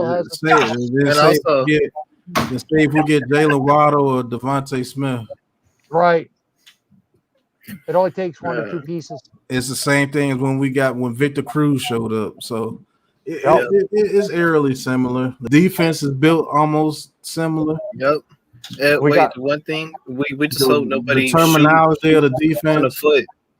As long as nobody get a gun and shoot themselves in the foot too.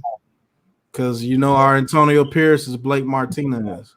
He does the exact same thing. Yes, we finally have a good linebacking core. We have an excellent. And Pat, who you think who's the Corey Webster? Shit, Bradbury. He's better than Corey Webster. Bradbury. Yep. We got our second corner. We got our safeties again. The three Logan safeties. Ryan is on our roll. Now all we're missing is that pass rusher. That's all we're missing. Yeah. Leonard Williams is your pass rusher. Now here's the thing too, and boy, I hope this is true. I hope the Chargers are offering their second round draft pick to move down. Because if that happens, I will be all on board for Parsons. The second round pick, I want the center from Alabama. And then after that, I want Jalen Phillips if he's on the board. No, Jalen Phillips be going in the first round. Now, that linebacker that Dallas has from Notre Dame, where he blew his knee out in the game, because of his injury concerns, he dropped to the second round.